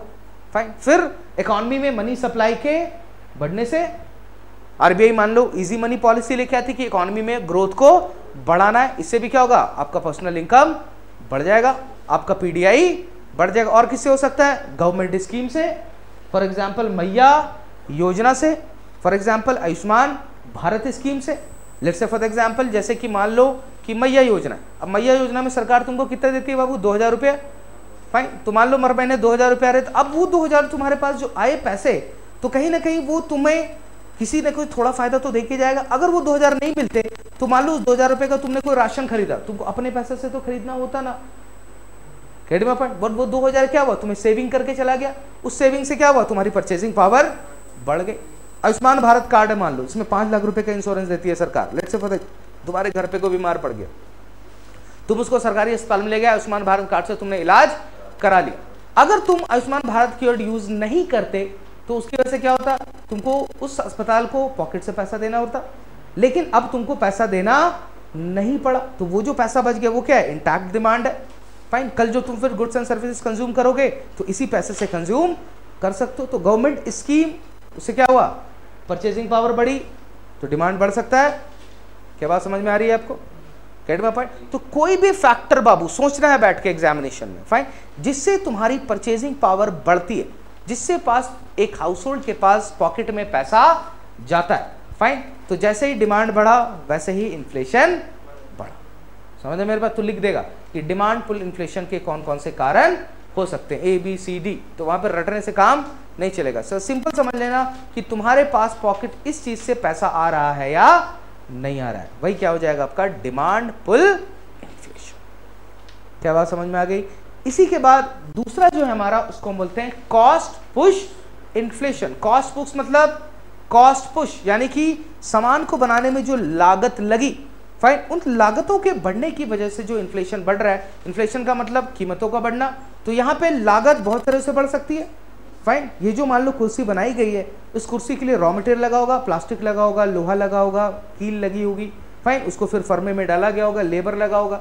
ये जो cost of production, let's say for example कि इंडिया मान लो क्या करता है, वो कुर्सी, ये जो प्लास्टिक है वो इंपोर्ट करता है, इंपोर्ट प्राइसेस ही बढ़ गया तो क्या होगा, इस वस्तु का दाम बढ़ेगा नहीं बढ़ेगा। और ऐसे इन्फ्लेशन को अलग से बोलते हैं हम इंपोर्टेड इन्फ्लेशन। क्या कहते हैं? इंपोर्टेड। उसी तरह ऑयल के प्राइसेस, तो मान लो जो ऑयल हम लेके आता, अभी ये मशीन से बना होगा किसी चीज से, अब वो मशीन में यूज होता है, मान लो ऑयल से चलता है, पेट्रोल डीजल से चलता है, और उसकी कीमतें बढ़ गई, पेट्रोल डीजल की कीमतें बढ़ेंगी तो इसकी प्राइस में भी रिफ्लेक्ट करेगा। फाइन, तो जब कॉस्ट ऑफ प्रोडक्शन से, जब फैक्टर ऑफ प्रोडक्शन उसकी कीमतें बढ़ जाती है तो उससे क्या होता है, फिर उससे जो इन्फ्लेशन होता है उसी को हम कहते हैं क्या, सप्लाई या फिर कॉस्ट पुश इन्फ्लेशन। यानी कि ये सप्लाई साइड को देख रहा है, तो सप्लाई साइड में जो आपका सप्लाई चेन है, फाइन, इस सप्लाई चेन के महंगे होने की वजह से जो इन्फ्लेशन हुआ उसी को कहते हैं हम कॉस्ट पुश इन्फ्लेशन। कीमतें बढ़ रही है बट यहाँ पे डिमांड की वजह से नहीं, सप्लाई की वजह से, क्योंकि जो कॉस्ट ऑफ प्रोडक्शन है, जो उसका रॉ मटेरियल है, जो इनपुट यूज होता है किसी सामान को बनाने में, वही महंगा हो गया, और उसके महंगाई की वजह से क्या हो रहा है, आपका इन्फ्लेशन बढ़ रहा है। तो ये हो गया आपका कॉस्ट पुश इन्फ्लेशन। अब सवाल कैसा भी बनाएगा, तुमको बस याद रखना है कि इकोनॉमी में किन चीजों के करने से कॉस्ट बढ़ता है। क्या हो सकता है, अगर मैं बोलूं यहाँ पे कि गवर्नमेंट ने इनडायरेक्ट टैक्सेस का रेट बढ़ा दिया तो इससे इन्फ्लेशन बढ़ेगा कि कम होगा, मुझे बताओ। गवर्नमेंट ने इनडायरेक्ट टैक्सेस को बढ़ा दिया, इससे इन्फ्लेशन होगा कि नहीं होगा? होगा इन्फ्लेशन। इकोनॉमी को कनेक्ट करो, हमने देखा था GDP at market price, current price, और current price was the inclusive of indirect taxes. तो सरकार मान लो ये पेन पे जीएसटी लेती है, 2 रुपया 10 रुपए का मिलता है, 8 रुपये लागत आती है, सरकार कल इसका जीएसटी का रेट बढ़ा दिया और 2 रुपया 4 12 रुपया की बेचने लगी, तो 4 रुपया एक्स्ट्रा बढ़ाना, इसका 2 रुपया किसकी वजह से बढ़ा, टैक्सेस की वजह से बढ़ा, लागत बढ़ गई इसकी। समझ रहे मेरी बात? मान लो ये जो हम प्लास्टिक लेके आते, टैक्सेस, हाँ एकदम हो सकता है कि टैक्सेस बढ़ा तो उसका डिमांड कम हो सकता है, ये कंपोनेंट हो सकता है। बट अभी हम किधर देख रहे हैं, सिर्फ ओनली कॉस्ट प्राइस अभी, तो यहाँ पे प्राइसेस तो बढ़ रही है, लॉन्ग टर्म में हो सकता है कि डिमांड पे इंपैक्ट डालेगा, बट यहाँ पे कीमतें क्यों बढ़ रही है? अब यहाँ पे जो एसेंशियल चीज है जिसको तुम रिप्लेस नहीं कर सकते, पेट्रोल जलाओगे क्योंकि इकोनॉमी का अभी भी हमने देखा था उस दिन 60% 50% ज्यादा कहाँ से इलेक्ट्रिसिटी जनरेशन होता है, फॉसिल फ्यूल से। फाइन, तो कीमतें बढ़ेगी तो कुछ कीमतों को तुम अवॉइड नहीं कर सकते, एसेंशियली तुमको सामान खरीदना ही पड़ेगा। इसीलिए मैंने बोला था कि प्राइस स्टेबल होना चाहिए, प्राइस का एक रेंज होना चाहिए। अगर उससे ज्यादा हो जाएगा तो क्या होगा, फिर लोग डिमांड करेंगे क्या, नहीं करेंगे। वही होता है कि फिर वहां पे जो लेजर मीडियम है उसको करने लगेंगे, छोड़ देंगे, फिर वो नहीं इसको नहीं खाते यार, ये बहुत महंगा हो गया, उसी को सब्स्टिट्यूट गुड करते हैं। मान लो घी खा रहे थे, बहुत महंगा हो गया तो हम डालडा खाने लगे, समझा मेरी बात तुम? तो वहां पे उसका डिमांड क्या होगा, घी का डिमांड तो कम हो गया, समझा मेरी बात की नहीं? तो इकोनॉमी में ऐसा होता रहे, बट यहाँ पे हम इंडिविजुअली देख रहे हैं क्योंकि सब चीज आपस में कनेक्टेड है ना। तो यहाँ पे जैसे डेफिनेटली कॉस्ट बढ़ेगा तो उसका इंपैक्ट डिमांड पड़ेगा पर, लेकिन अगर वो प्रोडक्ट इसेंशियल है, चाह के भी तुम उसको रिप्लेस नहीं कर सकते, तुमको खरीदना ही पड़ेगा और इसमें तुम्हारा पैसा बर्न होगा। क्या बात समझ में? तो यहाँ पे किसी भी तरह से अगर इनपुट बढ़ जाता है, उसका कॉस्ट ऑफ प्रोडक्शन बढ़ जाता है, तो उसी को हम क्या बोलेंगे, हम कॉस्ट पुश इन्फ्लेशन।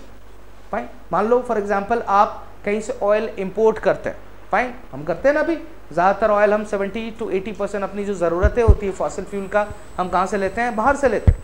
फाइन, तो वहाँ पे मान लो लड़ाई हो रही है जैसे अभी मिडिल ईस्ट में, तो अक्सर होता रहा, तुम अगर हिस्ट्री देखोगे उठागे तो 1946 से 61 में पहली बार हुआ था क्या, योम किपुर वॉर, रमदान वॉर जिसको कहते हैं, जहाँ पे इजराइल और इजिप्ट और सीरिया लड़े थे। और इसकी वजह से क्या होता, उस समय ऑयल प्राइसेस बहुत ही ज़्यादा, और जब जब ऑयल क्राइसिस आया है तब तक इंडियन इकोनॉमी में भी प्रॉब्लम आई है। और ये जब क्राइसिस बढ़ी, पता है तुमको उसी टाइम क्या होता है, तुम देखोगे इंडियन इकोनॉमी प्रॉब्लम में फंसी और वहाँ पे हमारे पास खाने को भी पैसा नहीं था, जहाँ पे फिर हमने ग्रीन रिवॉल्यूशन लेके आए और यही ग्रीन रिवॉल्यूशन के बाद हम फिर आगे बढ़ पाए, समझ रहे हैं। उसके बाद फिर तुमने देखा कब बैलेंस ऑफ पेमेंट की प्रॉब्लम जब आई थी 1991 में, तो 1991 से जस्ट पहले 1990 में क्या हो रहा था, इराक और कतर वॉर चल रहा था। इस वॉर के बढ़ने की वजह से क्या हो, वहां सप्लाई रुक गई थी ऑयल की, और इसकी वजह से क्या होता है, हमारा करंट अकाउंट डेफिसिट बढ़ जाता है, क्योंकि ऑयल खरीदने के लिए क्या चाहिए आपको, फॉरेन एक्सचेंज चाहिए, और फॉरेन एक्सचेंज इंडिया के पास बचा ही नहीं था, मात्र 2 वीक का बचा था। और इसी सिचुएशन में फाइनली 1991 में आईएमएफ से हम लोन लेते हैं, और आईएमएफ इस लोन के बदले हमको $7 बिलियन देता है, लेकिन बदले में बोलता है क्या, तुमको ग्लोबलाइजेशन, लिबरलाइजेशन और प्राइवेटाइजेशन करना पड़ेगा। फाइन, तो जब जब ये ऑयल शॉक लगा है, जब सप्लाई रुकी है, तब क्या हुआ है, प्राइसेस के दाम बढ़े। क्या बात समझ में आई आपको। तो डिमांड पुल इन्फ्लेशन और कॉस्ट पुश इन्फ्लेशन, तो कैसे भी देखेंगे बच्चों, बस ये समझना है कि कॉस्ट कहीं से भी बढ़ रहा है, because any factor that would lead to the cost push inflation. Fine, हाँ, वेज रेट भी बढ़ेगा तो क्या होगा इकोनॉमी में, फिर कॉस्ट बढ़ेगा। वेज रेट, इसका बेहतरीन एग्जांपल है तुम्हारा चाइना। शुरू में क्या, China has become the manufacturing hub of the world. The reason being is क्योंकि यहाँ लेबर सस्ता था, कभी सस्ता था जब चाइना 1970s में सेज पॉलिसी लेके आया था, स्पेशल इकोनॉमिक जोन, जहां पे उसने कुछ अपने पर्टिकुलर इकोनॉमिक पैकेट को ओपन किया था, बाकी को मात्र 5 सेज खोले थे पूरे चाइना में। Getting my point. फिर उसके बेसिस पे क्या हो गया, चाइना नंबर 1 बन गया, मैन्युफैक्चरिंग हब बन गया। फाइन, तो चाइना जो मैन्युफैक्चरिंग हब बना, तो उसके पीछे क्या था, वहां पर चीप लेबर सप्लाई था, जिसकी वजह से जितनी भी कंपनीज थे वो अपना यूनिट कहाँ लगाती थी, चाइना में। बट इन 30-40 सालों में चाइना डेवलपिंग से डेवलप्ड स्टेज में चला गया, और जैसे ही डेवलप्ड स्टेज में जाएगा तो धीरे धीरे क्या होगा, जीडीपी बढ़ेगी तो प्रॉस्पेरिटी भी बढ़ेगी, तो लोगों का स्टैंडर्ड ऑफ लिविंग भी बढ़ेगा। जब स्टैंडर्ड ऑफ लिविंग बढ़ेगा तो इकोनॉमी में जो वेज रेट है, फाइन, वो वेज रेट भी बढ़ेगा। तो अब क्या हो गया, चाइना में वेज रेट बढ़ गया है। कहने का मतलब वो जो बेनिफिट चाइना को था चीप लेबर का, वो बेनिफिट खत्म हो गया। तो इसीलिए अब देखो कंपनी क्या कर रही है, अब वो ऐसे नए लोकेशन तलाश कर रही है जहां पे उनको और सस्ता लेबर मिल सके। तो यहाँ पे नया लोकेशन में कौन कौन आपके पास है फायदे, India, Bangladesh, south east Asian economy, getting my point, जहां आज भी लेबर काफी चीप है। तो ये हमारा पॉजिटिव पॉइंट है, समझ रहे हैं। बट पॉजिटिव पॉइंट अगर पूरी तरह से देखेंगे ये भी पॉजिटिव नहीं है, क्योंकि इसी में वर्ल्ड बैंक की अभी रिपोर्ट आई थी, वर्ल्ड आउटलुक रिपोर्ट, जहां पे बोला गया क्या कि इन सारी कंट्रीज का नुकसान ये है कि हो सकता है कि they could be trapped in a middle income trap, क्योंकि इनका जो ग्रोथ है, जो हायर ग्रोथ आप देख रहे हो इंडियन इकोनॉमी का, ये किसकी वजह से है, it is because of the cheap labour, क्योंकि यहाँ लेबर सप्लाई काफी ज्यादा है। Getting my point. बट किसी इकोनॉमी को एक सही मैच्योर लेवल पे ले आने के लिए, डेवलप इकोनॉमी बनाने के लिए आपको इंफ्रास्ट्रक्चर, फंडामेंटल चेंजेस करने पड़ेंगे। इकोनॉमी में आपके फंडामेंटल अभी मजबूत नहीं है। Getting my point. Cost of production आज भी हमारा बहुत ही ऊपर आता है, मशीन एफिशिएंट नहीं, इंफ्रास्ट्रक्चर नहीं है हमारे पास, कॉस्टिंग ऑफ प्रोडक्ट काफी ज्यादा आती है। वो तो चीप लेबर है जिसकी वजह से हम सामान सस्ता बेच पाते हैं। फाइन, तो इसने बोला वर्ल्ड बैंक ने कि अगर आपको हायर ग्रोथ को और लंबे समय तक कंटिन्यू करना है तो क्या करना होगा, आपको अपनी इकोनॉमी में इंफ्रास्ट्रक्चर लेवल पे सुधार करना होगा। बेहतर रोड्स, बेहतर ब्रिजेस, बेहतर मशीनें बनानी पड़ेंगी ताकि लॉन्ग टर्म में आप इसका फायदा ले पाओ। पॉइंट, क्योंकि कहीं ना कहीं ये डेमोग्राफिक डिविडेंड का जो फायदा अभी है हमारे पास, वो मुश्किल से 20 से 25 सालों के पास ही है। 20 से 25-30 साल जैसे ही गुजरे तो पता है यही यंग पॉपुलेशन जो आज यंग है, 20 साल बाद क्या हो जाएगी, बूढ़ी हो जाएगी, और इकोनॉमी में फिर बूढ़े लोगों की तादाद ज्यादा हो जाएगी, और हमारा ये जो विंडो है डेमोग्राफिक डिविडेंड खत्म हो जाएगा। समझ है मेरे बात। तो सरकार बस इंडियन इकोनॉमी अगर 20-25 सालों में सुधर गई तो सुधर गई दोस्तों, वरना तुम देखोगे फिर बर्बादी ही बर्बादी, क्योंकि यही यूथ है जो राष्ट्र का निर्माण भी करता है, और यही यूथ है जो राष्ट्र को फिर तोड़ता भी। ठीक है ना। तो सरकार बहुत फोकस कर रही है इस बात पे कि कैसे करके इस यूथ को स्किल दिया जाए, कैसे करके इस यूथ को ह्यूमन से ह्यूमन रिसोर्स बनाया जाए, नहीं तो यही वरदान जो आज दिख रहा है अभिशाप दिखने लगेगा। तुमको पता है ये चेंज हुआ है डिस्कोर्स। तुमको पता हो हमारे टाइम में जो हमारे स्कूलिंग था तो समय जो ऐसे आता था तो जनसंख्या एक वरदान या अभिशाप, तो हमेशा जनसंख्या को निगेटिव देखा था कि बढ़ती जनसंख्या, अरे यार सारी प्रॉब्लम ही यही है। फिर एक दौर आया 2013, 14, 15 के बाद से, जब कोई बात नहीं करने लगा कि जनसंख्या बुरा है, बढ़ती जनसंख्या देश के लिए सबसे बड़ी प्रॉब्लम है, नहीं, क्योंकि यहाँ पे कंसेप्ट फिर आने लगा डेमोग्राफिक डिविडेंड। कहीं ना कहीं किस्मत ने हमारा साथ दिया और पता चला कि इस हमारी आबादी बढ़ने की क्षमता की वजह से पूरे विश्व में सबसे ज्यादा यंग पॉपुलेशन इंडिया में। तो अब देखो कोई बात करता है कि जनसंख्या बढ़ गई, नहीं, उस समय पर यही बात होती थी हर जगह, न्यूज रूम में, टेलीविजन में, बट अब कोई बात नहीं करता है। अब ये बात नहीं करता क्योंकि अब हमारे पास डेमोग्राफिक डिविडेंड है सबसे हाई, और इसी की वजह से India has become the largest market of the entire world. इसके पीछे का दोनों साइड से, एक आपको चीप्स लेबर भी मिलता है, दूसरी बात ये जो यंग पॉपुलेशन होती है इनका जो कंजम्पशन बास्केट होता है वो काफी वाइड होता है, क्योंकि ये बहुत सारे product, range of services consume करता है इकोनॉमी में। क्योंकि जैसे जैसे बूढ़ा हो जाएगा उसकी ज़रूरतें, उसके अरमान वो तो कम हो जाएंगे ना। अब वो बाइक में गर्लफ्रेंड के साथ नहीं घूमेगा, कौन घूमेगा? यूथ घूमेगा। तो यूथ जो प्रोडक्ट एंड सर्विसेज यूज करता है वो रेंज ऑफ प्रोडक्ट यूज करता है। परफ्यूम लगाएगा, पर बूढ़ा होगा, देखा कोई पापा को डीओ मारते हुए, जेल लगाते हुए? नहीं लगाएंगे। उनका सिंपल है, नहाया धोया, मुंह में साबुन लगा, वही जिससे नहाया उसी से धो लिया, रेडी माय पॉइंट। तो उनका प्रोडक्ट रेंज क्या होता है? उनका लिमिटेड होता है। लेकिन यही जो यूथ है इनका प्रोडक्ट डिमांड काफ़ी ज़्यादा होता है, तो उनका मार्जिनल प्रोपेंसिटी ऑफ कंजम्पशन वो काफ़ी ज़्यादा होता है, और इसकी वजह से इकोनॉमी का डिमांड इंटैक्ट रहता है, और इकोनॉमी का सबसे बड़ा फायदा है। तो ये सिचुएशन रहेगी 20 से 25 साल। फिर देखना तुम 25 साल बाद अगर हम नहीं सुधरे, उसके बाद तुम फिर से सुनने लगेगा जनसंख्या एक अभिशाप।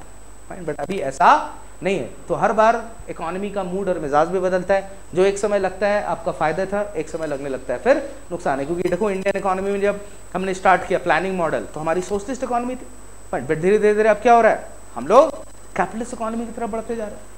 Ready my point. तो एक समय जो कभी अच्छा था आज वो बुरा है, आज जो अच्छा है वो कल भी बुरा हो। Ready my point.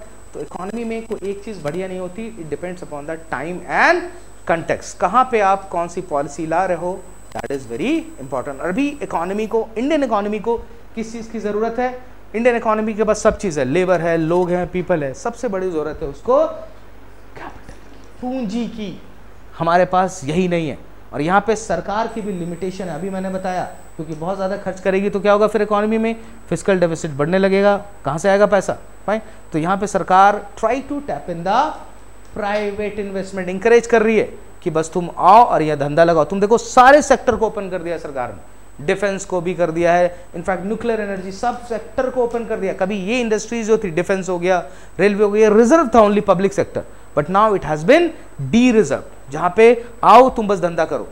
Ready my point. तो बहुत सारी चीजें हैं जो हो रही है स्पेस से लेके डिफेंस में। यहाँ पे हम प्राइवेट इन्वेस्टमेंट को बढ़ाओ, प्राइवेट इन्वेस्टमेंट को बढ़ाओ, क्योंकि सरकार के पास भी पैसा नहीं है। इस ग्रोथ को कौन खींच सकता है?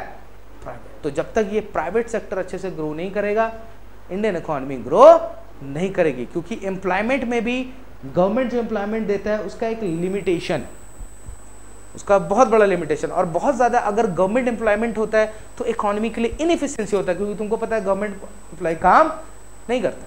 क्योंकि गवर्नमेंट का मूल क्या होता है, रोल, क्योंकि सिंपल है, ऑब्जेक्टिव पे तय होता है सब चीज़। गवर्नमेंट की ऑर्गेनाइजेशन जो होती है उनका ऑब्जेक्टिव होता है सोशल वेलफेयर ज़्यादातर।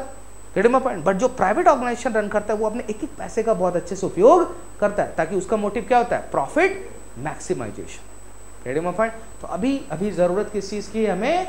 कैपिटल। क्या बात समझिए आप? चलिए इस बात को लिख लेंगे अपन। हाँ तुम्हारा हो गया बाबू, तुम चले जाओ।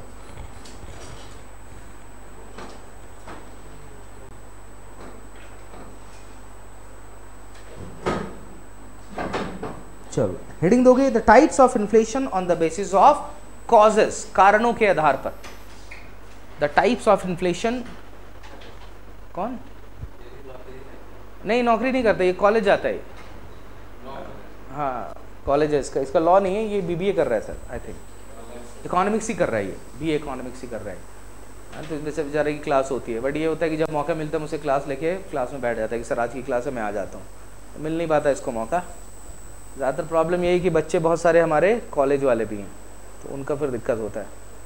और कॉलेज वाले बच्चों के साथ एक और दिक्कत होती है कि इनका होता है कि जब कॉलेज तक रहते हैं तो उनका हवा का, क्योंकि देखो आपका वर्ल्ड व्यू, आप किसको बढ़िया मानते हो, किसको सही मानते हो, आप किस चीज़ को एस्पायर करते हो, क्या चीज़ अचीव करोगे, वो तुम्हारी सराउंडिंग पे तय करता है। याद करो बचपन थे तो उस समय लगता था भाई बड़े होकर सब हम लोग पायलट बनेंगे, जहाज उड़ाएंगे, है ना। वो उस समय एस्पायरेशन अलग होता था। तो सब तुम्हारी सराउंडिंग तुम्हारे एस्पायरेशन को डिसाइड करेगी। अगर तुम उन लोगों के साथ रहोगे जो दरोगा का तैयारी करता है, तुम्हारा सोच भी दरोगा वाला होगा। मैं तुम्हें लिख के दे रहा हूँ, तुम कभी उस ब्रैकेट को तुम खूब मेहनत करोगे। कहने का मतलब जो IAS की तैयारी कर रहा है वो भी 12 घंटा पढ़ रहा है, ये भी 12 घंटा पढ़ रहा है, समझ रहा है मेरे बात। लेकिन एक बनेगा दरोगा, दूसरा बनेगा IAS। कहने का मतलब आपकी सराउंडिंग आपको बहुत ज्यादा इन्फ्लुएंस करती है। तो अब ये सराउंडिंग इन लोगों का कॉलेज वाला है, कॉलेज में क्या चलता होगा, और मान लो, और वो भी क्या चलेगा, जब फाइनल ईयर आ जाएगा तो क्या होगा, प्लेसमेंट। तो प्लेसमेंट का लालच चलेगा, तो हर जगह प्लेसमेंट प्लेसमेंट प्लेसमेंट। तो सबको लगे यार मुझे भी मिल जाता कुछ प्लेसमेंट तो नाम हो जाता, क्योंकि आप फिर उस नजर से देखने लगते हो। तो फिर ऐसे बच्चों के साथ प्रॉब्लम कैसे, अंकिता उसके साथ ये प्रॉब्लम। अब मैं उसको बार बार समझा रहा हूँ, बाबू जो तुमने लक्ष्य चुना है, तुम चाहे लाइफ में कुछ भी कर लोगी ना, गेटिंग माय पॉइंट। तुम मान लो अभी तैयारी कर लो, तुम अभी से 5 साल नहीं निकालो, 6ठे साल भी तुम्हारा निकल जाएगा, 10 साल बाद भी निकल जाएगा ना, तो तुम्हारे जितने काउंटर पार्ट हैं, जितने तुम्हारे दोस्त हैं जो अभी तक जिन्होंने कुछ उखाड़ा होगा लाइफ में, फाइन, उन सबसे तुम 10 गुना आगे चले जाओगे, है ना। तो बोला कि जो तुमने लक्ष्य उड़ाया बहुत बड़ा ऑलरेडी, समझ रहे हो। अब इसके लिए तुम बार बार टेंशन लगनी, सर उसका भी मैं इंटरव्यू दे देती हूँ, देख लेती हूँ, अगर हुआ तो ठीक है, वरना नहीं करूंगी। ऐसा कोई नहीं देखता। फिर क्या होगा, जॉब लग जाएगी, फिर तुम सोचोगे क्या यार कर ही लेते हैं, 1 महीना करोगे, फिर ऑर्गेनाइजेशन में करोगे, फिर तुम्हारी सराउंडिंग, फिर वहां तुमको रोज पंप करेगा, रेवेन्यू लाना है बेस्ट, फिर तुम्हारे सामने किसी को अवार्ड दे रहा होगा, best employ of the year, उसको लगे अरे यार काश अवार्ड मुझे मिलता, समझ रहे हो। फिर तुम्हारी प्रायोरिटीज, प्राथमिकता तय। तो इसीलिए सिंपल प्राथमिकता तय नहीं हो पाती इन लोगों की, प्रायोरिटीज, दैट इज वाई इधर से। तो समझ लो इससे अच्छा कोई गोल नहीं है, क्योंकि एक बार जब आपने लक्ष्य डिसाइड कर लिया कि सिंपल यही करना है, तो होल हार्डली 100% उस पर लग जाओ। और मैं तुमको सही बता रहा हूँ, होल हार्डली 100% तुम लोग इस एनर्जी के साथ लग जाएगा, तो with in 2 and 3 years you will get a selection. तुमको कोई भी एडमिनिस्ट्रेटिव जॉब मिल जाएगी, और वो जो रिवॉर्ड होगा वो बाकी कॉर्पोरेट मजदूर से कहीं ज्यादा होगा। क्योंकि तुम अभी से अगर किसी सेक्टर में जाएगा जॉब करने, 12, 13, 15 हज़ार से तुमको ज्यादा कहीं नहीं देगा। इवन दो कि तुमने 5 लाख रुपए MBA में फूका हो, तब भी नहीं मिलेगा। तो फिर तुम यहीं से ग्रोथ करेगा, तो 5 साल में जाके तुम्हारा सैलरी पहुंचेगा 60 से 70 हज़ार, समझ रहा तुम। तो फिर भी तुम मजदूर रहेगा, तब भी घर आ रहा होगा, अरे यार बॉस ऐसा करता रहता है, मेरी ऐसे करता रहता है। बट 5 साल तुम मान लो यही तैयारी करा है, कुछ नहीं किया, 5 साल बाद भी तुम अगर SDM बन गया, DSP बन गया, IAS बन गया, तो उससे तुम तब भी ज्यादा हो गया। यानी तुम जब बन जाएगा, तुम्हारे दोस्त अरे भाई तू तो बड़ा आदमी बन गया मेरे पास। तो आपके पास 5 साल का पूरा विंडो होता है दोस्तों। तो इसीलिए मैं बोल रहा हूँ अपनी प्रायोरिटी सेट करो, और खास करके आर्ट्स बैकग्राउंड का जो बंदा है उसको तो एकदम 100% सोच लेना चाहिए कि अपने को तो ये करना है। क्योंकि साला तुम लोग को बाहर ऐसे भी कंपनी जॉब नहीं देगी, आप लोग जॉब ज़्यादातर मिलेगी कौन सी, काउंसलर की जॉब, आइए सेल की रही है, तो कार्ड लटका लेना, ऐसे घूमते रहना सर तो बेस्ट जॉब है, लाइफ ने अच्छा मौका दिया, और आराम से इतना वैकेंसी देख के लगता है कि यार जॉब्स नहीं है, बट कहने का मतलब अगर तुम सही स्ट्रैटेजी टारगेट लेके करोगे तो इस एडमिनिस्ट्रेटिव जॉब में कहीं ना कहीं तुम्हारा सिलेक्शन 200% हो जाएगा। समझ ना। प्रॉब्लम ये होता है बच्चों को पता ही नहीं होता है कि कौन से एग्जाम को कब टारगेट करना है, उसकी स्ट्रैटेजी कैसी होनी चाहिए, है ना। चलिए write down the types of inflation on the basis of causes. पहला इन्फ्लेशन लिखेंगे demand pull inflation, demand pull inflation. Right under this, it is caused by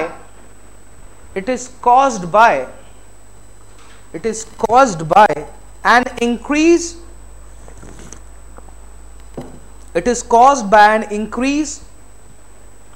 in the aggregate demand,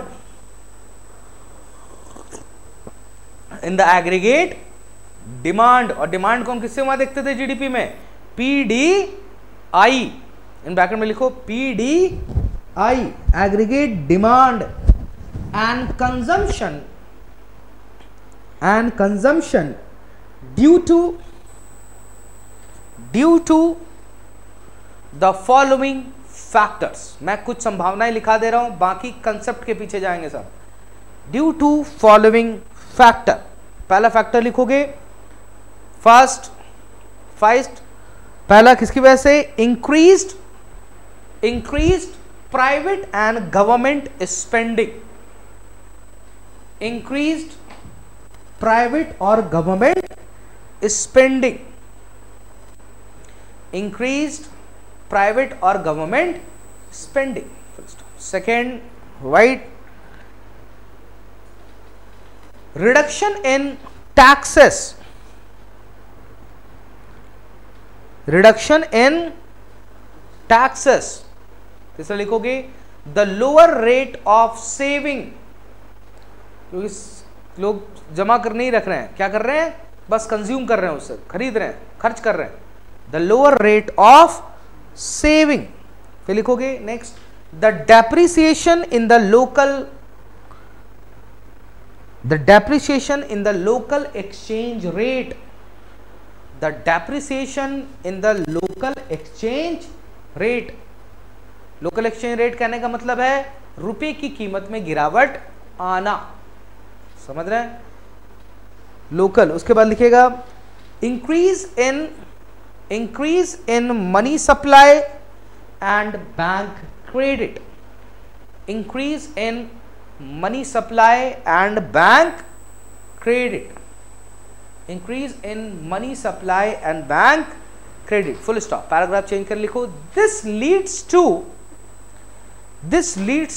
increased disposable income. This leads to increased disposable income. It leads to increased disposable income in the hand of household. It leads to increased disposable income in the hand of household. Thereby resulting in the increase of aggregate demand. Thereby resulting in the increase of aggregate demand with no changes in aggregate supply. With no changes in aggregate supply. With no changes in aggregate supply. Full stop. क्या बात समझ में आ गई आपको? तो जहां पे भी पीडीआई बढ़ता हुआ दिखेगा तुमको, समझ जाएगा तुम क्या है, डिमांड पुल इन्फ्लेशन. ठीक. अब हेडिंग दो, cost push inflation. Cost push inflation, right. It is also called supply shock inflation. क्या कहते हैं इसको हम? Supply shock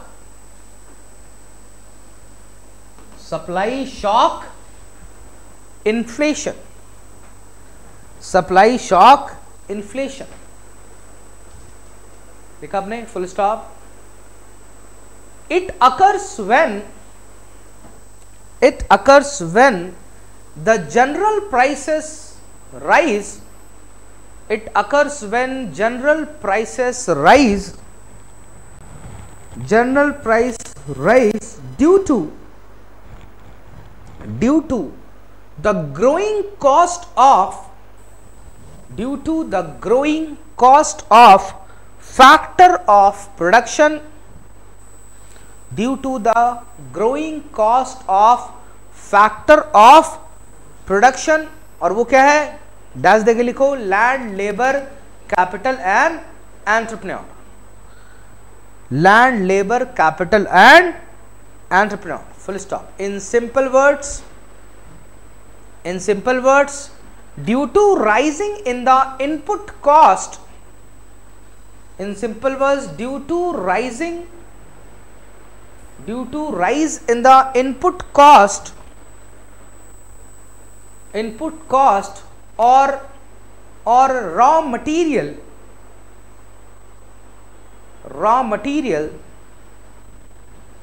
to manufacture product and services.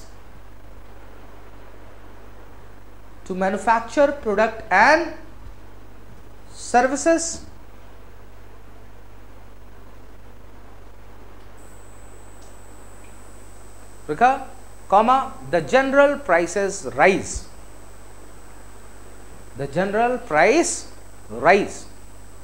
And this is called cost push inflation.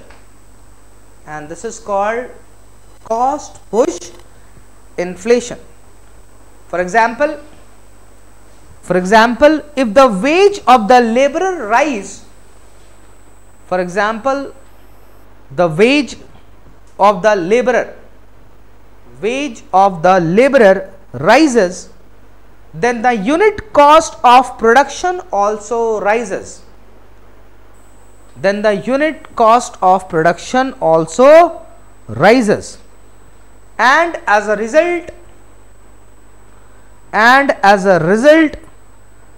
the prices of goods and services, and as a result, the prices of goods and services that are manufactured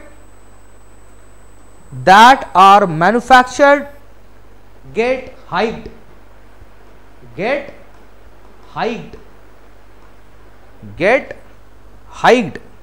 Full stop. When the supplier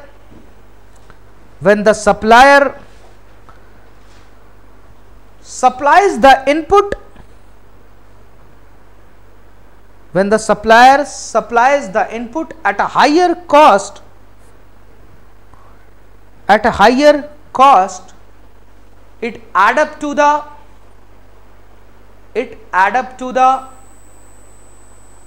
final costing of the product. Final costing of the product. तो कितनी बार होता है कि drought आ गया, कुछ ऐसा आ गया जिससे सप्लाई रुक गया, वो क्या हो गया? फाइन. पैराग्राफ में लिखेगी, right. Cost push inflation is caused by the following factors. Cost push inflation is caused by the following factors. Fine. Factors 1 2 करके वैसे करके लिखेंगे, राइट. फर्स्ट मैंने आपको क्या बताया था? पहला इनडायरेक्ट टैक्सेस. तो rise in the indirect taxes, rise in the indirect taxes. Second लिखेंगे the rise in the import prices.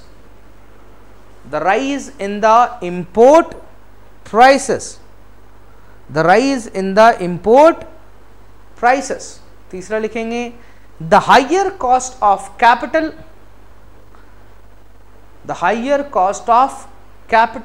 and interest rate. The higher cost of capital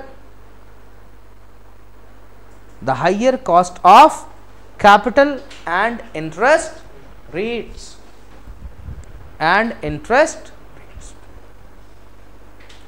तो हो गया आपका demand pull inflation, cost push inflation.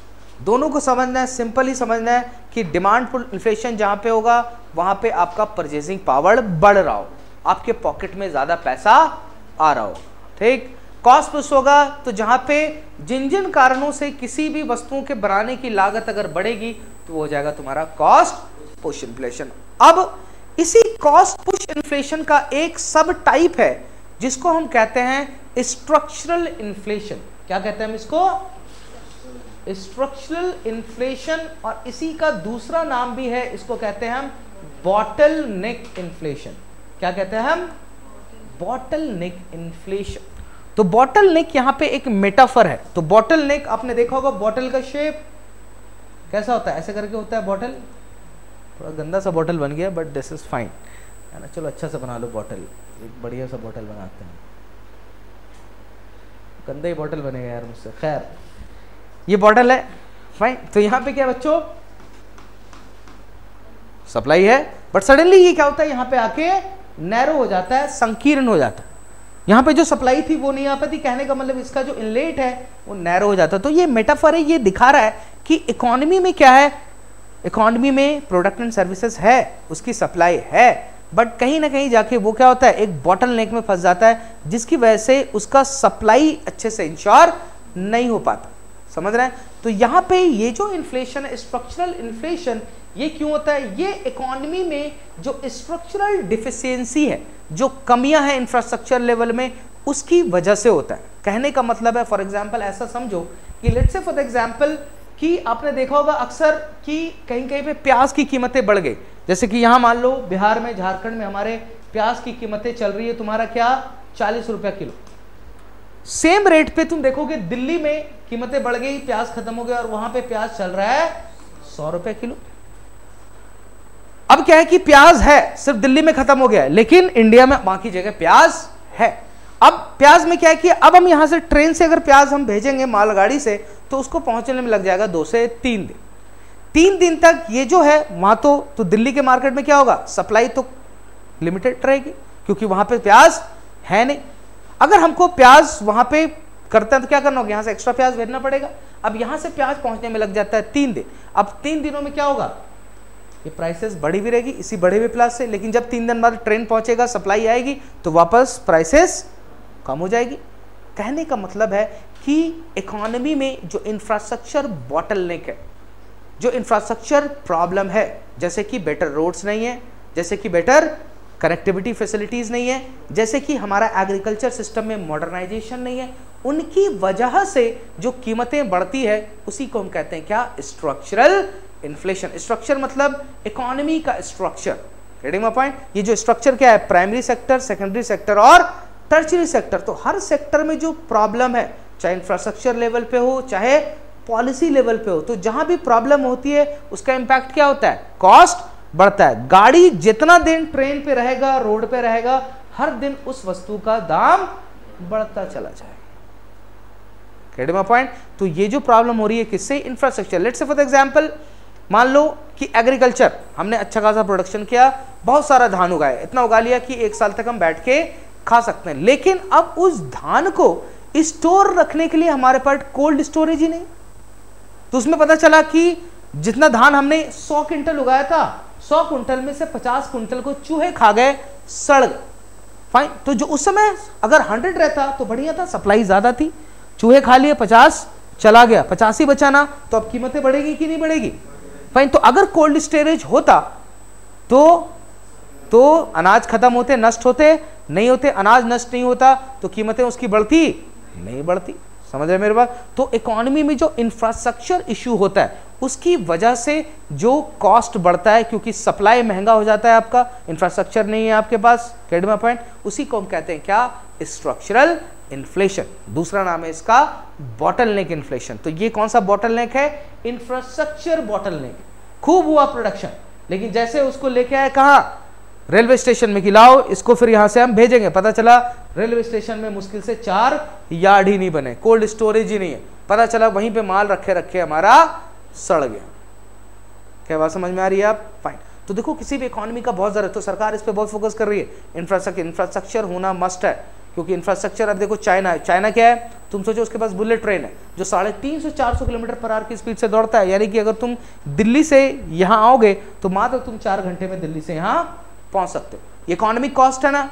लेकिन यही माल जो 4 घंटे में चाइना पहुंचा रहा है, इंडिया में इसी माल को पहुंचाने में लग जाता है 2 से 3 दिन। तो 2 से 3 दिन और कहां 4 दिन। तो मुझे बताओ, माल फंसा रह गया ना, तो इकोनॉमी का जो इफिशिएंसी है किसका बेहतर होगा, इंडिया या चाइना का, चाइना का बेहतर हो। Getting my point. तो ये सारी इफिशिएंसी है जिससे प्रॉब्लम होती है। तो 2 से 3 दिन। तो इसीलिए सरकार देखो क्या बना रही है, डेडिकेटेड फ्रेट कॉरिडोर। तो इंफ्रास्ट्रक्चर में important, dedicated freight corridor, Delhi से मुंबई कनेक्ट कर रही है, फिर दिल्ली को कलकत्ता से कनेक्ट करेगी। डेडिकेटेड फ्रेट कोड कहने का मतलब है कि रेल लाइन है डेडिकेटली, वहां पे सिर्फ कौन चलेगा, मालगाड़ी चलेगी, पैसेंजर ट्रेन उसमें नहीं चलेगी। क्योंकि अभी क्या होता है, पैसेंजर ट्रेन को आगे चला देते हैं और मालगाड़ी को रोक लेते हैं, क्योंकि पैसेंजर हल्ला करेगा, मालगाड़ी हल्ला थोड़ी करेगी, सामान है भाई मैं फंसा हूँ मेरे को निकालो यहाँ से, है ना। बट उससे क्या होता है, कॉस्टिंग बढ़ती है। और ये जो एग्जांपल है, किसका एग्जांपल है आपका, बॉटलनेक इन्फ्लेशन, जिसको हम कहते हैं structural inflation. Write down, right. It is in this case comma the inflation persists, in this case the inflation persists for a longer period, in this case the inflation persists for a longer period, inflation persists for a longer period, inflation persists for a longer period, full stop. Due to deficiency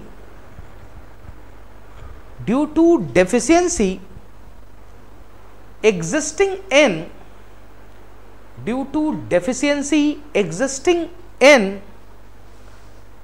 the economy, due to deficiency existing in the economy, full stop. in simple words,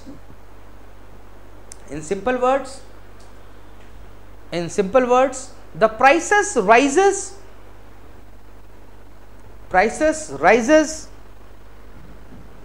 as the supply is constrained,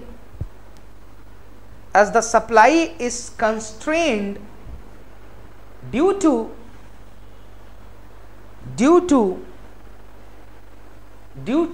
the limitation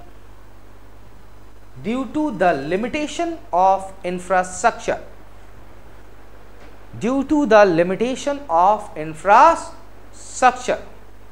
and better connectivity,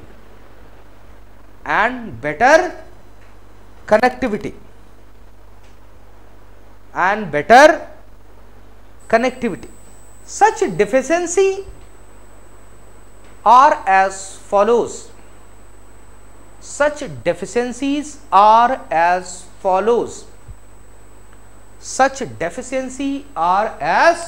follows. First लिखेंगे the backward agriculture sector, in bracket में लिखोगे poor productivity, comma shortage of cold storage,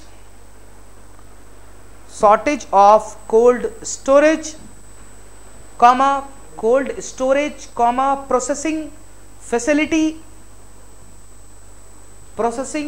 facilities and modern equipment. दूसरा लिखेंगे factor inefficient distribution and storage facilities,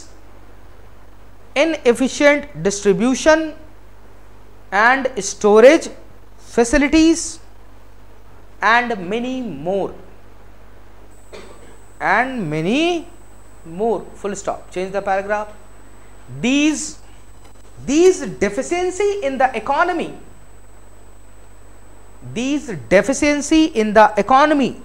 leads to shortage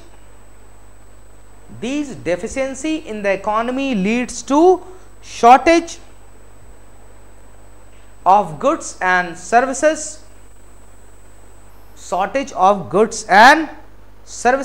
which in turn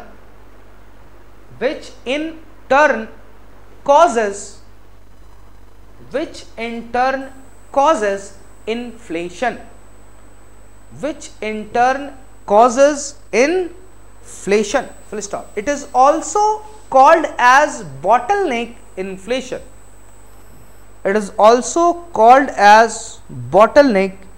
inflation. And the government and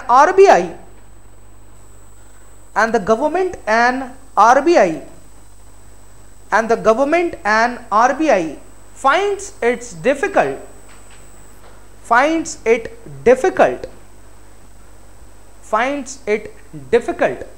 to manage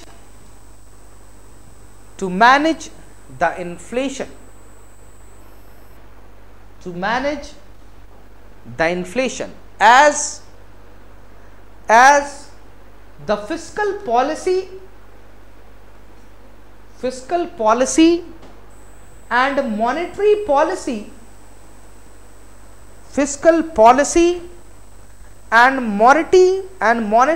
policy becomes ineffective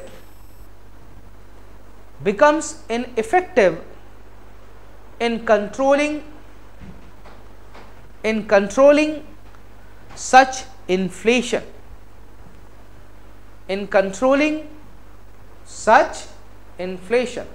Full stop.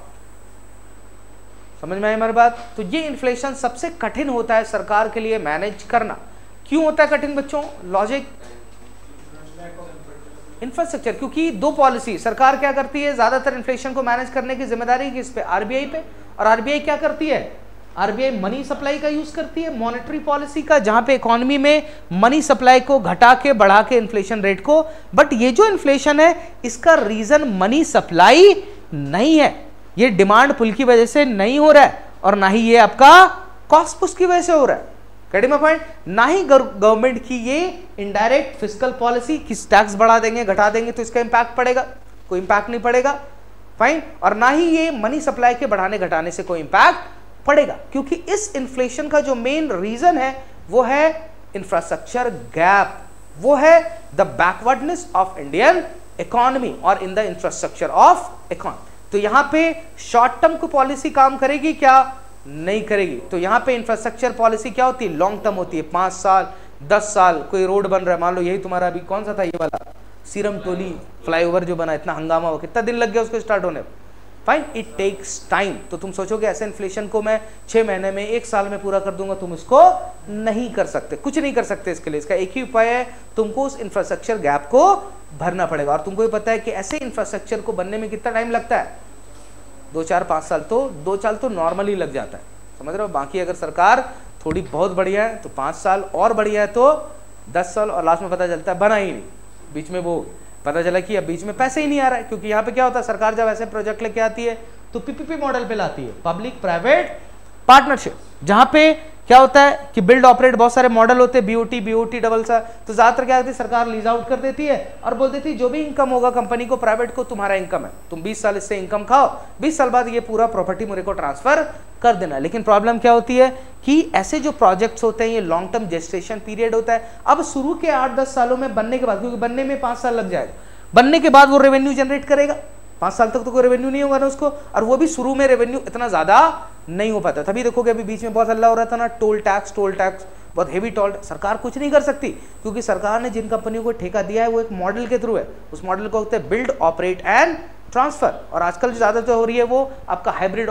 Annuity model पे चल रहा है। तो यहाँ पे क्या होता है, वो कंपनी होती है, वो अपना खर्चा लगाती है, सरकार जमीन देती है, वो पूरा पैसा लगाती है, प्रोजेक्ट डेवलप करती है, फिर उसको चलाती है, मेंटेन करती है, 20-30 सालों के बाद फिर वो सरकार को वापस कर देती है। तो यहाँ पे अब इन सालों में क्या हो रहा है, हेवी टेल टॉस लगा रही है, जिसका इंपैक्ट क्या होगा, जनता विद्रोह।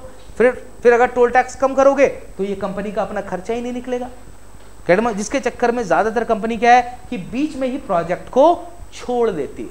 फाइन। तो सबसे बड़ी प्रॉब्लम इंडिया में इंफ्रास्ट्रक्चर का, उसकी वायबिलिटी, कमर्शियल वायबिलिटी। क्योंकि कोई जो प्रोजेक्ट बन रहा है लॉन्ग टर्म होता है इंफ्रास्ट्रक्चर, उससे रेवेन्यू नहीं होगा तो प्राइवेट प्लेयर रुकेगा क्या? नहीं रुकेगा। तो अल्टीमेटली ऐसे प्रोजेक्ट बहुत ज्यादा बढ़ते जा रहे हैं, कह रहे हैं। तो सरकार इस पे भी ध्यान देना चाहिए। तो क्या समझ में आई?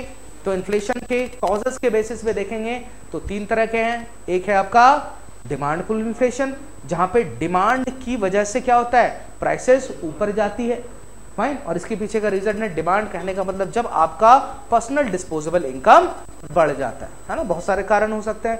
दूसरा है हमारा कॉस्ट पुश इन्फ्लेशन, जहां पे कीमतें क्यों बढ़ रही है, क्योंकि जो इनिशियल गेट है जहां से सामान आ रहा है, इनपुट कॉस्ट जो है, उसका जो रॉ मटेरियल कॉस्ट है वही बढ़ जा रहा है। उसकी बढ़ने से क्या हो रहा है, कीमतें बढ़ जा रही है, वो हो गया तुम्हारा कॉस्ट पुश इन्फ्लेशन। और तीसरा है हमारा कॉस्ट पुश इन्फ्लेशन का एक सब टाइप है, जहां पे ये जो सप्लाई है वो क्या हो रहा है, कंस्ट्रेंट हो जा रहा है। किसकी वजह से? Solidly because of the shortcoming of the infrastructure issue, fine. इसकी वजह से इन्फ्लेशन होता है, उसी को हम कह देंगे हम बॉटल नेक इन्फ्लेशन। और तीनों इन्फ्लेशन में सबसे कठिन जो होता है मैनेज करना, उसको होता है बॉटल नेक इन्फ्लेशन को, स्ट्रक्चरल इन्फ्लेशन को। Getting my point? क्यों? क्योंकि यहाँ पे सरकार की दोनों पॉलिसी इनइफेक्टिव हो जाती है, फिस्कल पॉलिसी भी और monetary policy. Getting my point? So this is what all about inflation. ठीक है, तो हम कल इसमें बच्चों देखेंगे अब इन्फ्लेशन को कैसे मेजर किया जाता है। तो WPI, CPI में कितना वेट है, और उसके बाद इस इन्फ्लेशन के लिए जो मॉनेटरी पॉलिसी ली जाती है सरकार के द्वारा, फाइन, वो हम सारी चीज़ों को देख के इस चैप्टर का फिर समापन करेंगे। उसके फिर रिलेटेड जो झारखंड रिलेटेड वो होगा, हम उस चीज़ों को देख लेंगे। समझ गए मेरी बात? फाइन। यहाँ तक कोई डाउट आपको? ऋषभ? फाइन, ठीक, हाँ बताइए।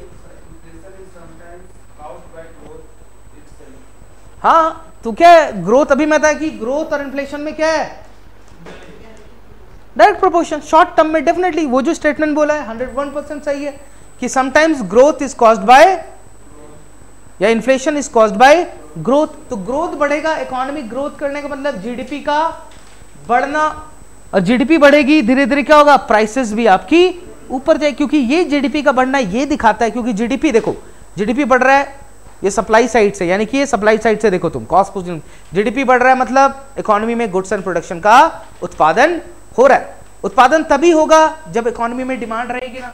अब लोग खरीदने वाले नहीं है, मान लो कि रांची में आया, अब यहां साला को यूपीएससी पढ़ने वाले नहीं, मैं कितना भी हल्ला कर दूं, कितना भी बोल दूं, क्या फायदा होगा? क्या हम हमारी जीडीपी बढ़ पाएगी? क्या नहीं बढ़ पाएगी। तो कहने का मतलब है सप्लाई अगर जा रहा है, बढ़ रहा है, इसका मतलब दिखा रहा है इकोनॉमी में डिमांड भी इंटैक्ट। तो सरकार दोनों साइड को मैनेज करती रहती है मेनी ऑफ दिस टाइम, क्योंकि अगर एक भी सेक्टर थोड़ा सा हिला उसका इंपैक्ट सप्लाई पे जाएगा, सप्लाई का हिला उसका इंपैक्ट डिमांड पे जाएगा। कैडी मैम, तो दोनों तरीके से होता है। तो यहाँ पे फिस्कल पॉलिसी, मॉनेटरी पॉलिसी, दोनों में सरकार खेल करती रहती है। तो हर बार जब सरकार की पॉलिसीज आएगी तो आप जो उसकी जो शब्द होते हैं, शब्द को पकड़ा कीजिए, वो क्या बोलता है, उससे पता चलेगा इकोनॉमी का मूड क्या है, सरकार क्या करना चाहती है। फाइन। और इसमें सबसे बड़ी इंपॉर्टेंट पॉलिसी क्या देखोगे आप, वो है तुम्हारा मॉनेटरी पॉलिसी, जो रेपो और रिवर्स रेपो रेट होता है। तो बजट जो मैं तुमको पढ़ाऊंगा, बजट मैंने तुमको पढ़ाया था पहली क्लास में, जो बजट में तुमको इन सारी चीजों को बताया कि सरकार ने इस बार का बजट ऐसा क्यों बनाया। फाइन। क्योंकि सिंपल सी बात हम बोलते हैं, सिंपल होती है तो धोती है, उतनी ही चादर फैलाओ, पैर फैलाओ जितनी चादर। अब रिसोर्सेज ही नहीं होगा तो हम खर्चा कहाँ से करें? तो सरकार की प्रायोरिटीज भी इसी बेसिस पे सेट होती है। फाइन। खर्चे जितने होंगे उसी हिसाब से इनकम होगा। पॉइंट। तो पूरा इकोनॉमी भी उसी हिसाब से रन करता है। एवरी पैरेलल एस्पेक्ट इकोनॉमी में क्या है, जितने भी एस्पेक्ट, अब ये चीज सिर्फ डोमेस्टिक इकोनॉमी की बात नहीं है, ये also connected with the international trade. Point. तो बहुत सारे फैक्टर्स का इंपैक्ट पड़ता है प्राइस पे। पॉइंट। तो इस इन्फ्लेशन को मैक्रो स्टेबिलिटी फैक्टर भी बोलते हैं।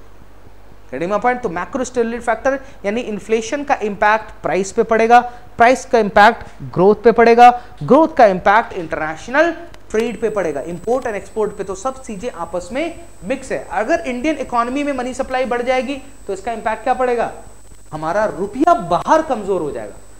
और रुपया जैसे ही कमजोर होगा तो शुरू में फायदा किसको मिलेगा, एक्सपोर्ट को, लेकिन लॉन्ग टर्म में फिर नुकसान किसको मिलेगा, इंपोर्ट।